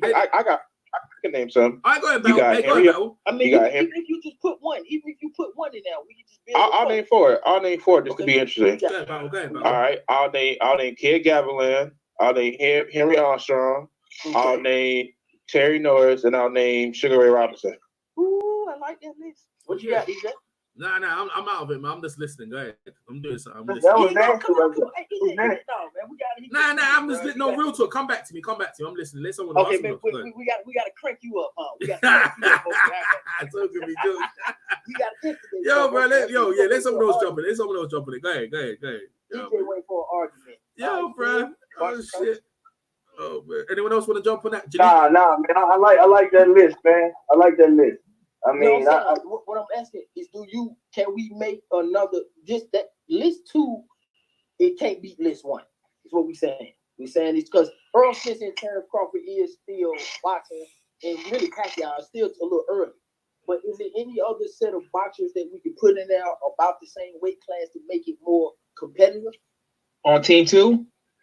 Yeah, I mean, I like that. Team 2 don't got no middleweights. They don't got no middleweights on there. So I can say, from current times, I can say Canelo. I can say Canelo at 160. Canelo, yeah, on Team 2. That'll make it more fair because they don't got no middleweights on there. It could be anybody you think that's gonna be solid. I mean, of course, Roy Jones would be. I mean, look. You're talking about pound for pound greats right here, so you really can throw anybody, all the way up to 168 in that list, man. You know what I'm saying? Just kind of. But it's a hard. But give me the 4. I go one. Right. So I go. Joe Calzaghe. No, man. But we talking around the way. I go one. I go one. Henry Armstrong. Yeah, Aaron Pryor. Henry Armstrong, Aaron Pryor. Who's the other one? Aaron Pryor. Julio Cesar Chavez in his prime. And I say another one. We won't say it though. We're gonna say it in the lightweight one. We gonna pull it out. We gonna pull out one of the greatest. I go Joe Gans. I'll put Joe Gans, the old master. And that's that. Oh, okay. I got you. Yeah, I got you. You know what I'm saying, the man. old master. Yeah. So can Joe Gans beat Roberto Duran? Hell yeah, with that jab. And remember, man, he done 45 rounds, man. For the old master. Man, Joe Gans, you ain't getting past that stick. Yo. No. Durant got them nasty body shots. You talking about? Nah, you talking about the old. You talking about the old master, bro. His jab will cut your face to ribbons, bro. Like real talk. Yo, man. Durant was Yo, battle. The old master. You know why they call him the old master? You know that, right? Yeah, because everything came from everything. The modern, no. Hold up. Modern day boxing came from that dude, bro. Everything you see, how guys fight now, they came from that dude right there. That's how that is. That can call the old master. That guy there, that guy was forced in circumstances like we wouldn't even think of. He wasn't allowed, right? They had like 45 rounds, right? He wasn't allowed to start fighting until round 7. Like real talk, nah, man. But I'm just saying, I'll put the old master in there. So you don't have to compare them. Just go with the list. Let someone else jump in. Because you already done your list already. So we don't have to go back and forth on the list now. Like, let someone else jump in. Go ahead, Phil. Go ahead, fight doctor. So I know. Yeah, but we gonna keep that moving, otherwise we stuck in mud, right? Go ahead. Let someone else jump on it. Go ahead, Zone. Keep that pushing. Push that topic. Go ahead, Zone. Yeah, we can keep that moving, bro. EJ interviewed. Yeah, I interviewed him. Oh, he's talking about things. What's the debate? All right, we're talking about guys comparable to the list. You see the picture right there? So any four guys other than leave the team one. So pick 4 other comparables.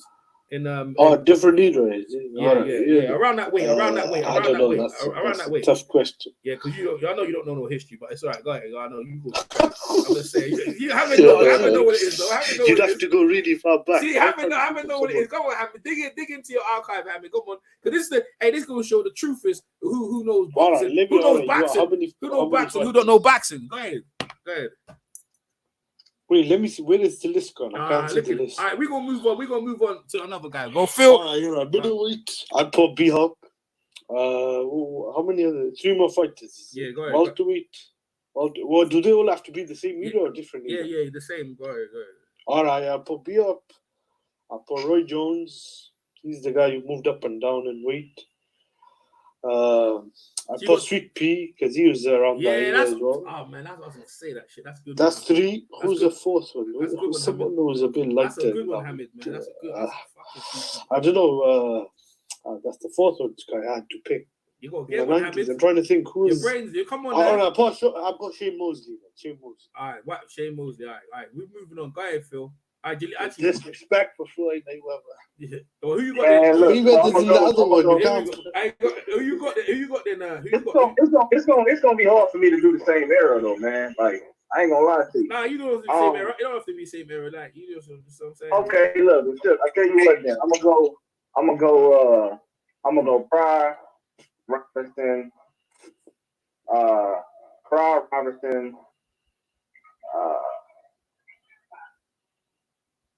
I'm gonna go Trinidad, and I'm gonna put some of my Latino fighters on there. I'll go Oscar. Cause y'all done pretty much use everybody else, man. I mean, you know what I'm saying? Yeah, they ain't fight. We ain't fighting fair, Phil. We're not fighting fair at all. There's other guys. Use everybody else. Like I should have went early in the conversation. Nah, man, but there's other guys there. We gonna keep that moving. Fight. I know Fighter's gonna dig him up from the arcades. Fight doctor, calling the doctor, man. Knocking on the doctor's door. What you got, man? Operation. Yeah, we're looking for that. The surgery's open. So the fucker you're about to bring his scalpel out to operate. If not, then we gonna go to YG. YG, who you got? Give us your 4, YG. All right, I'm gonna go Andre Ward. Of course, I'm still keeping Mayweather, Sugar Ray Robinson, and damn, I just had that. That's not the same either, though. I thought you said. No, they said that you wasn't listening. They said you could mix any of it. All right. Well, 100 was a light heavyweight, though, isn't it? Like none of them. He's a light heavyweight. Actually, you know what? You can do that because them lot can fight a light heavyweight. You right? Go ahead. You right. They just and plus, what you got started at 160. Leonard and Hans, they fought at light heavyweight. Yeah, you right. Go on. Hagler didn't. That was young. Leonard. I said Leonard and Hans. I've seen the up to 3. Yeah. Well. Yeah, well, Leonard fought thinking. Well, yeah. Hagler. Yeah, you're right. You're right. Go ahead, YG. Go ahead. On Pernell Whitaker. All right, so you just copied everyone else. All right, let's move on. Let's go. I mean, people, yo, EJ, you know I just joined. I know. I'm playing with you. Yeah, y'all know why. Y'all playing with y'all playing. Fight Doctor. Anyone else? What information that though? What information? I'm still waiting on that. Don't think because you just jumped. No, don't think you off the hook. Oh, you still on that? Oh, you still on I that? mean, yeah, I'm still on that. I swore. What you call it? But Jalik, hold up. Jalik back. Hold up. Jalik back. Hold on. Jalik back. Hold on. YG. Hold on. 1 minute. I'm here for that part. Yo, YG. Hold up. YG. Jalik. No, why don't I'm gonna help you, YG. Jalik, yeah, because Jalik agrees with YG that Floyd has the highest percentage ever in welterweight. Jalik, have you got any information to confirm that Floyd's got the highest percentage ever in welterweight division? If you got that information, can you put it in the chat, please? As far as the CompuBox stuff. Yeah. Whatever you want to pull. Yeah, I gotta see. Yeah, Jalik, because let Jalik go put it in there, so the YG don't have to worry about. Because Jalik said the same thing. He agrees with you.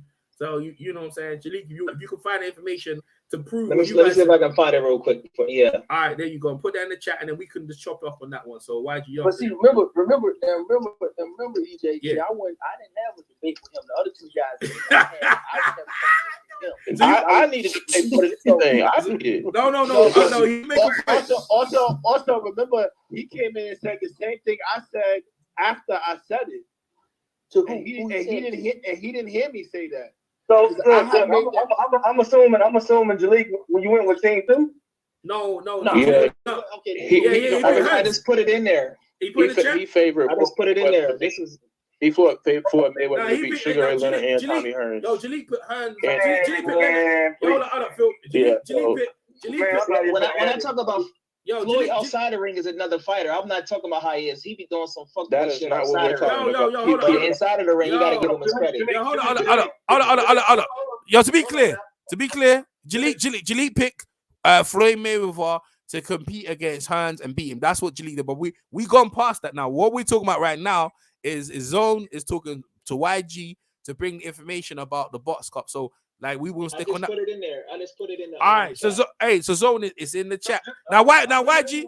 Yeah, go ahead, Phil. Need your report. Go ahead, Frank. Real quick, EJ. Let me be clear. Yeah. I'm gonna be real with you, Jalik. This is my first time talking to you, brother. So don't take this the wrong way. I'm not, bro. It's all good, bro. I'm not. Yeah, go ahead, bro. Do it. I don't care what stats you put in the chat, man. As far as in regards to this conversation we having about Hearns and Mayweather, or Mayweather and Hagler, or any of those guys, man. I mean, don't get me wrong, man. Mayweather is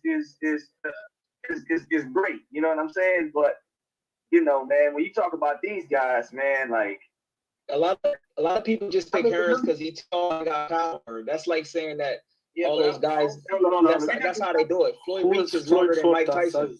Who's Floyd? People not taking Hearns because he's big and he's got power. And dude, he gotta hold up. He gotta. Phil, 1 minute. Phil. Yeah. Never seen in his lifetime. Yo, Phil. What? Phil. What we're going to do here? No one else jump in. So we just let Phil and Jalik. I don't want to hear no one else jumping in, putting their 2 cents. Yeah. It looks like someone you got another round. You look like no. Well, you had plenty of time, though. You had plenty of time to go. Jalik was there for the minute. Oh, it's a fair. All right, Jalik. I go ahead. Listen, I already went twice. We can have a rematch tomorrow, bro. I gotta do some push-ups and some workouts. We can. I hate EJ Boxing. I subscribe to your channel. I'm Jalik the Leader on there, man. Yeah. Shout out to everybody in there in the chat. I appreciate y'all having me on. But we can have a rematch tomorrow. I don't know how long you go live, but I'll be glad to come back on here again. Yeah. It was nice kicking it with you fellows. Battle Rifle, you already know. Add me to one of the chats, whatever you want to do. But we can get it in. I don't duck no smoke, bro. Yeah, that's right, Jalik. I don't duck no smoke. We can get it in. I see you debate. No, I see you be over in the UCG. I see you debate a lot of the guys over there. So I know you are, Jalik. I like your attitude, man, because I can tell you know, I hope you.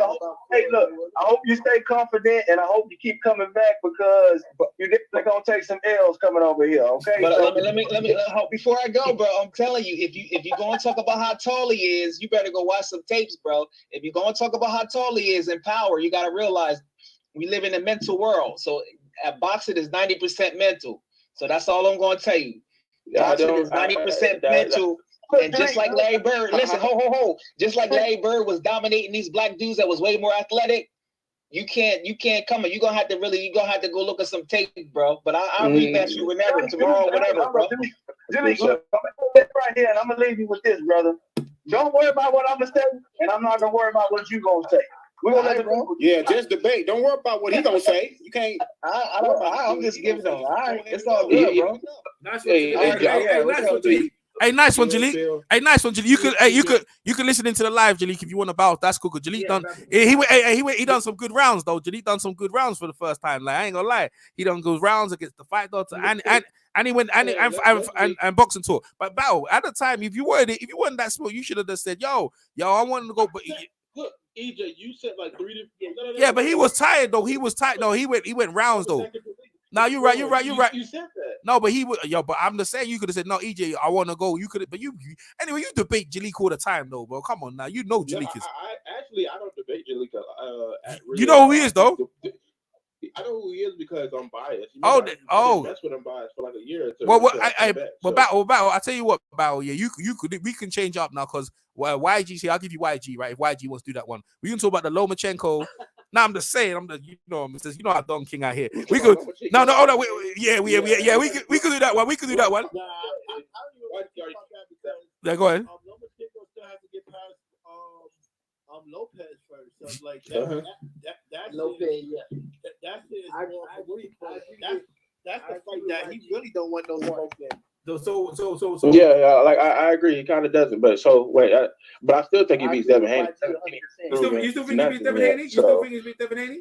Yeah. Go ahead. Yeah. Why'd you? Yeah. So I mean. Oh yeah. Okay. Oh, we can change up then. Anyone agree that? All right. Anyone agree that Lopez is gonna beat Lomachenko? Anyone will take that one? Anyone take that one? Because YG's open for that one and Zone's open for that one. Anyone want that work on that? I agree. So I know YG think Lomachenko's gonna lose, but YG, man, this isolation, man, in your home in New York City, not being able to go nowhere, man, I think it's making you crazy. Oh, Phil's taking that work though. Phil's taking that work then. Phil's taking that. Go ahead. I don't think you go on Instagram enough because these fighters are still working out. Like these guys are still in the gym. Phil, go ahead. You can say that. I brought that up earlier. How Eddie was going live with all of these people. Majority of the people he was going live with, they're working out. Yeah.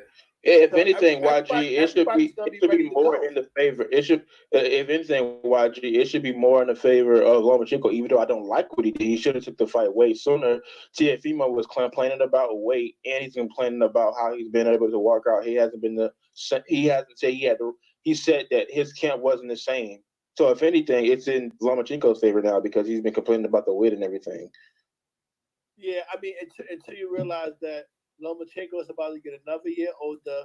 He didn't fought in December. Lomachenko haven't fought since August.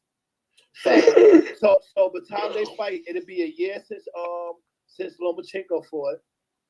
Mm-hmm. That's the exact same thing for Teofimo, bro. Well, I mean, because I think this should happen around maybe October, September. So it'll be short of a year. It'll be months, but it'll be short of a year because before December.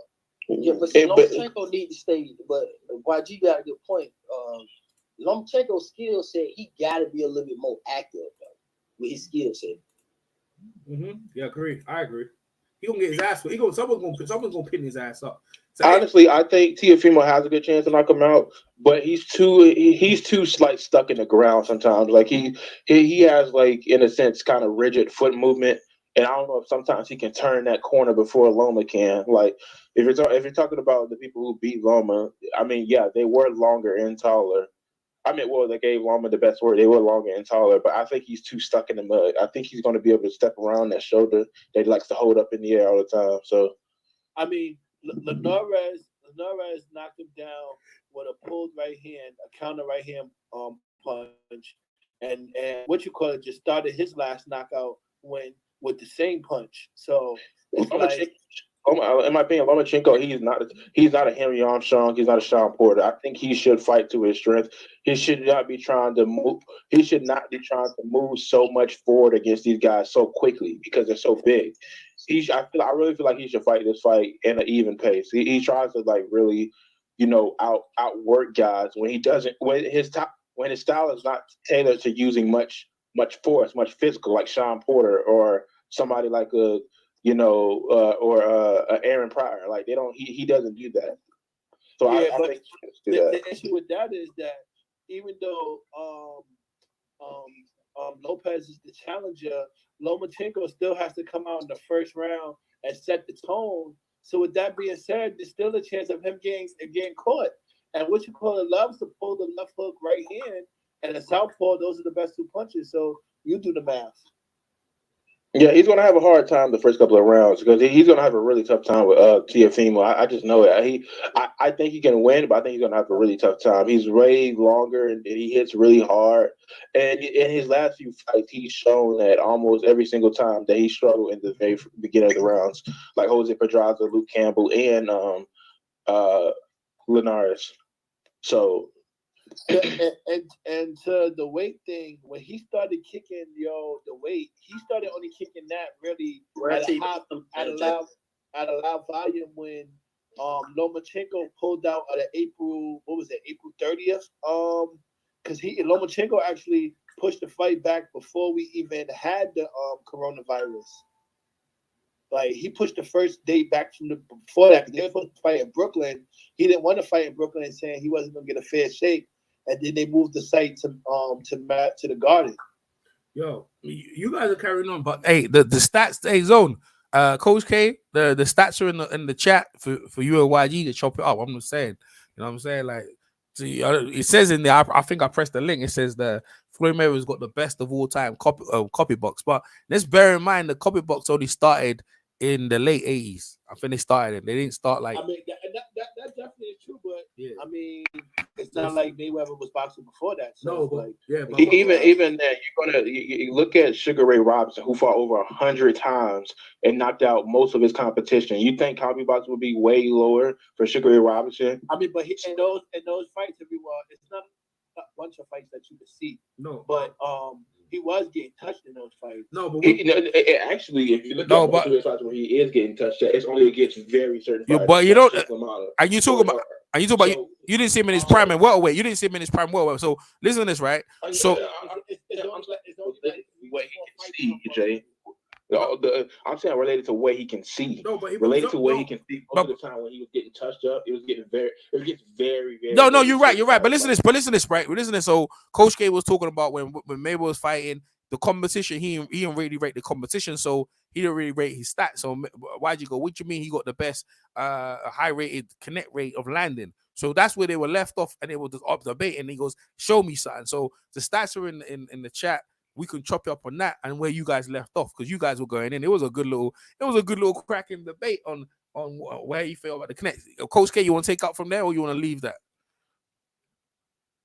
Oh, I guess he wants to leave that one. Okay, then we're gonna leave that one. Then. But so also I can't imagine how crazy lopsided Ali stats would be. Yeah, well, that's true. I don't know because what you call it, Joe Frazier landed a lot of punches on him. Like, he did. He's actually landed a lot of punches on him. So even then, I think his work rate was just so unbelievably high. He literally because you gotta think about it, right? If you want to name like, all right, can you name 5 times where you could say, yo, damn, Mayweather took a lot of hits? No. Okay, look, I can name four where I could say, yo, damn, he got hit a last night. Canelo. I would say versus Canelo, right? Versus the first fight with Montana. No, with Castillo, and versus Emmanuel Burton. Augustus. Augustus.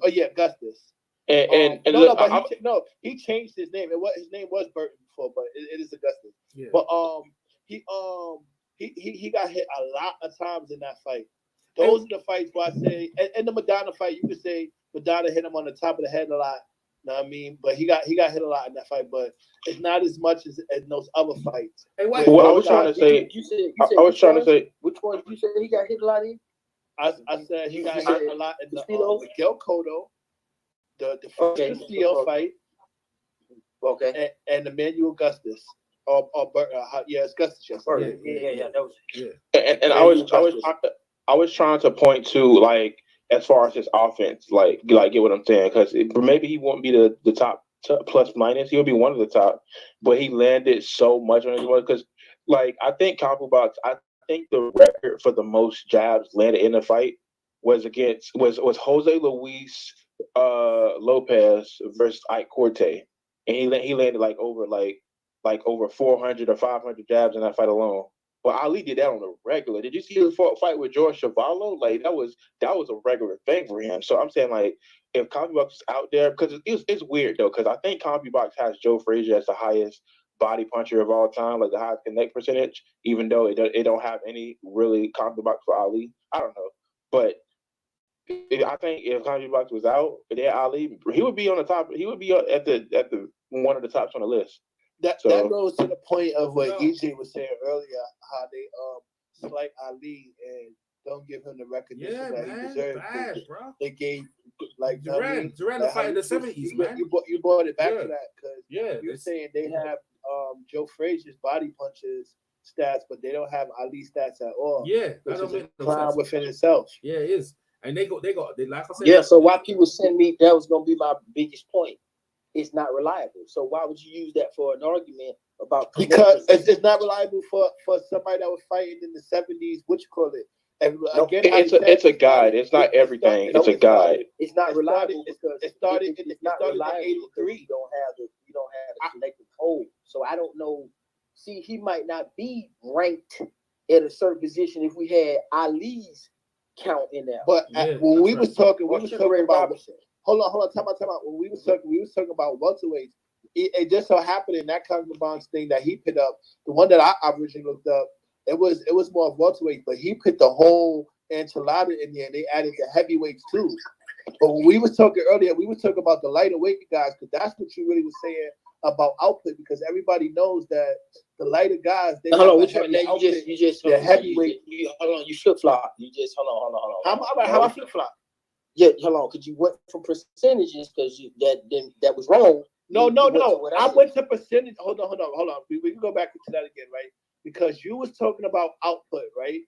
And what I brought up was, all right, yeah, Mayweather doesn't throw a lot of punches, but you said he got low output, so it was done. I know, but he lands at a high. It was done. It makes no sense for you to throw a whole bunch of punches if you already landing at the highest rate. So you got to think about, and most guys, most guys got to throw. I'm about to take it. Most guys got to throw 70 punches just to land 25, but Mayweather only got to throw 45 to land that. Then why do he need to throw those extra punches?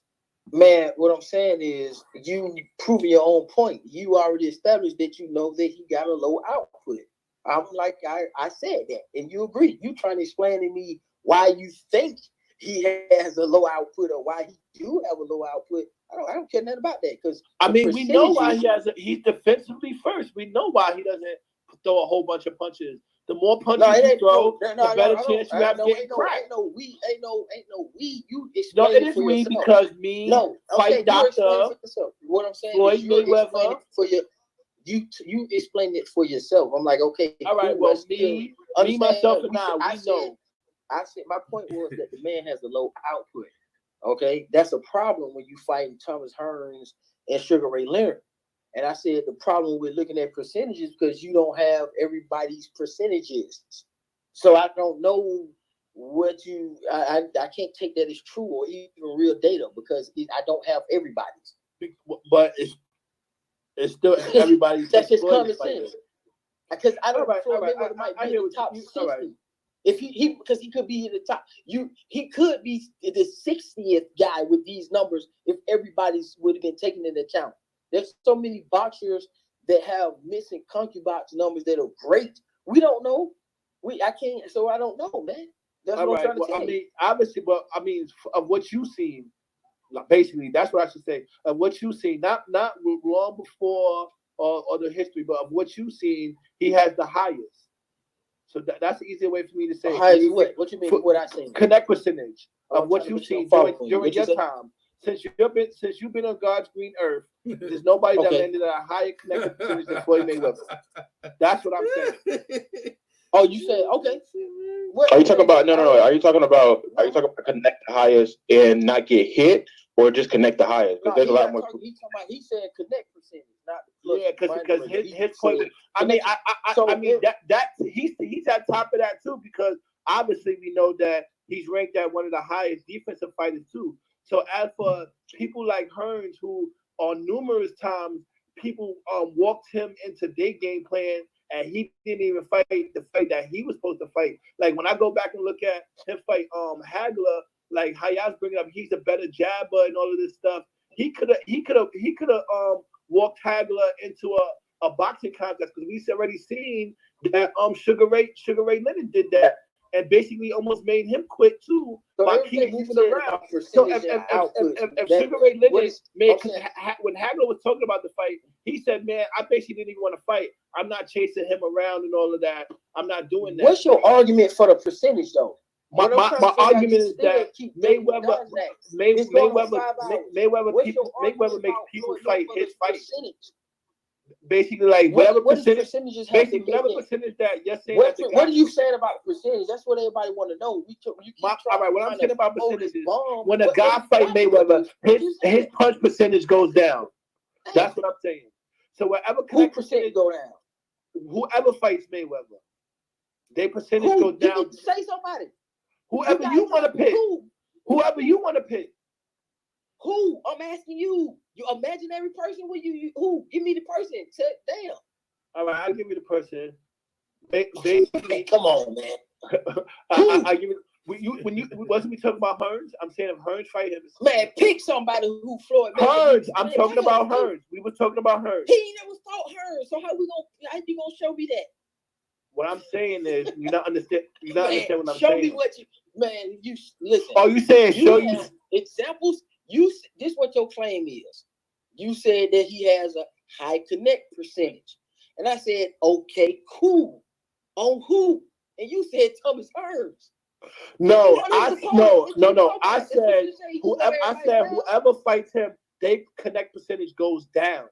Okay, so how you gonna use Thomas Hearns? They ain't ever fucking fought.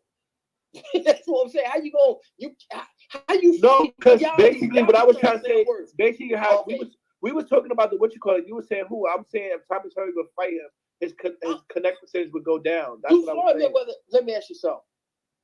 Floyd Mayweather makes people what? You say they connect percentage go down, right? Yes, he makes them miss. And name somebody, and you gonna say Thomas Hearns. I see what you said. You want me? I just listen. I just told you that I'm not doing that, man. No, like every time, like I'm not what you call it, because if you want to what you call it, you look it up and prove me wrong. I'm not gonna keep pulling up that. I'm not what you call it going to keep doing that. Can you give me a name, man, so I can at least check it? Because this shit crazy. You could do that. Basically, yo, Manny Pacquiao. Who did he make drop? Oh, damn. Manny Pacquiao. All right, yeah, Manny Pacquiao, Canelo. Look it up. Canelo. Shit. Okay. Look those people up there. I might. Canelo's a good one. Know what's going on. No, because you like, because I already told you I'm not looking up and what you call it. I didn't ask you to look up nothing. I said you did. You said who? And then when I said you're gonna, then you said show me the proof. So you basically. I didn't say that. No, I didn't. No problem. You slow, man. I'm not. You're right. I name somebody, and you didn't name nobody. And I said, don't worry about it. I'll look it up myself. I just need you to name somebody. Can I try giving a DJ had to save you and say, Pacquiao, goddamn, so the obvious people. Okay, let me try giving a crack at it. Why'd you? Okay, what was your whole point again, so we can just get to the bottom of it? It's not my point. It's zone that was not giving Mayweather his just due. That's basically that's what I'm saying. That's where that's how I took it. I'm telling you how. That's why I said Yeah. If you say no to that, then we could just No. I'm not saving no one. We've No been man. dealing with this. Exactly. We've been dealing with this same dumb cycle of Floyd Mayweather fans. They say the same dumb arguments over and over and don't never ever have a point. Ever. Q Ball did it, Nas YG turn, then there's some people out of LDBC, then it's this clique and that. Dude, they say the same dumb shit, but don't really say nothing. So what we still asking you, what about his percentage? All right, but Zone, you never heard you never heard this. If you go up the block and they tell you something, you go down the block, they tell you something, you go around the corner, they tell you something. How many people gonna have to keep telling the same thing before you believe it? Because that's what you just said. So, because I told you something, you didn't believe it. Homeboy got on the chat after me, told you basically the same thing. You didn't believe it, so he finally put it in the chat, and now it's wrong. How many things? It's not right. It doesn't have all the boxers. What the hell are you talking about? That's how delusional people is today. That's why guys are wearing skirts now, because you're so backwards. Think how practically you're thinking all hypothetically like a goddamn woman. This is what he's We saying, don't YG. deal This in is no what he's saying, goddamn YG. feelings. We deal with what's on the table and facts. God damn, what's so hard about YG, let me help you out a little bit. Shit. The reason why this how Zone been happy he the couldn't whole even name time. a goddamn opponent. The reason why Zone's saying name that somebody, he is talking about because Thomas if you can't include all the boxers, how can you figure out who has the highest connection? Yes, that's right. Come on, man. Well, when it first of all, when it first started, we was talking about that era, right? When it first started, we could remember when we was pulling up Mayweather. Man, we don't need to recap, man. Them folks are no, because it's getting taken out of context. Because everybody got brains. Heard you stumbling and fumbling. You can't even name shit. I'm trying to ask you. You right. You said earlier when I told you that Mayweather had the percentage. You said I was wrong and I the body bag. So you didn't know that. We keep trying to ask you how is it relatable to Thomas Hearns, and then you still ain't said that. But his percentage, we like, okay, and what about it? You said what about it? You right. All right. So and then I said that if they fight, his percentage would go down. Yeah, you can move on. Move on. Because he don't know what the hell he talking about. Yeah, that's it wouldn't be the first time. You just said you just started watching boxing in 07, man. So yeah, that's what you right. I said that, and you said Keith Thurman was gonna be the greatest welterweight of all time. So who made your statement? I got you. You said that. I definitely got you. That's my ace in the hole. That's my little joker right there. You can't. That's the little joke on the board. Every time you jump out the window, I'm gonna just play that card. Every time. Wait. I'm gonna just play the little joke. Yeah, he said that. Hey, White. You said that. I've been on the phone with Zone a lot. Now, what Zone said about that Pacquiao fight was if Keith Thurman going to beat Pacquiao, we can start talking about him possibly being the best welterweight. Come on. The best welterweight. Best welterweight. All right, so man, what you just doing? All right, now that you said that, right? How does that win even put him possibly in this discussion? So he want to have that debate, man. That's what. I didn't want to. He brought that up. The truth since he brought it up. Now, Zone, tell the panel how that puts him in position. Into a situation where he want to talk about Keith Thurman. No, he just did that. Why you didn't tell him? I'm gonna leave it alone. You should have told him don't bring that up. He brought it up. So if that's the case, Zone, explain to the panel how that puts Keith Thurman in position. He brought it up because you brought it up earlier. He trying to let you know that you're a liar. He's telling you that I didn't say that. What you say? He said you ain't listening to yourself, bro. You drunk. Nah, he heard you say possibly, but I was on the chat with you when you was really tweeting your horn. Sitting here lying, and nobody. I'm like, hear that. YG, you ain't even making sense. You're right. I'm not. You're right. So make sense. All right. So make sense of your statement of what he just brought up. Was he possibly? That man just told you what it was, YG. All right, so are you gonna make sense possibly? Man, this boy got corona, man. Yeah, you're right. He ain't got corona, man. This That's you facts, right, you right. man. I know New York is hard. You right. Right now. Man, you right. You ain't even listening. You drunk, man. You right. We can move on. Yeah, because I'm saying you still at. I mean, I should have. God, can we move on? I should have asked you, are you drunk when you made the Keith Thurman comment? Hey guys, can we move on now? You know, it's up. Debates get a little saucy, so that's just a little bit. Like, how can a guy at his first fight? we get it. We get it. We get it. You know, everybody makes mistakes. Okay, so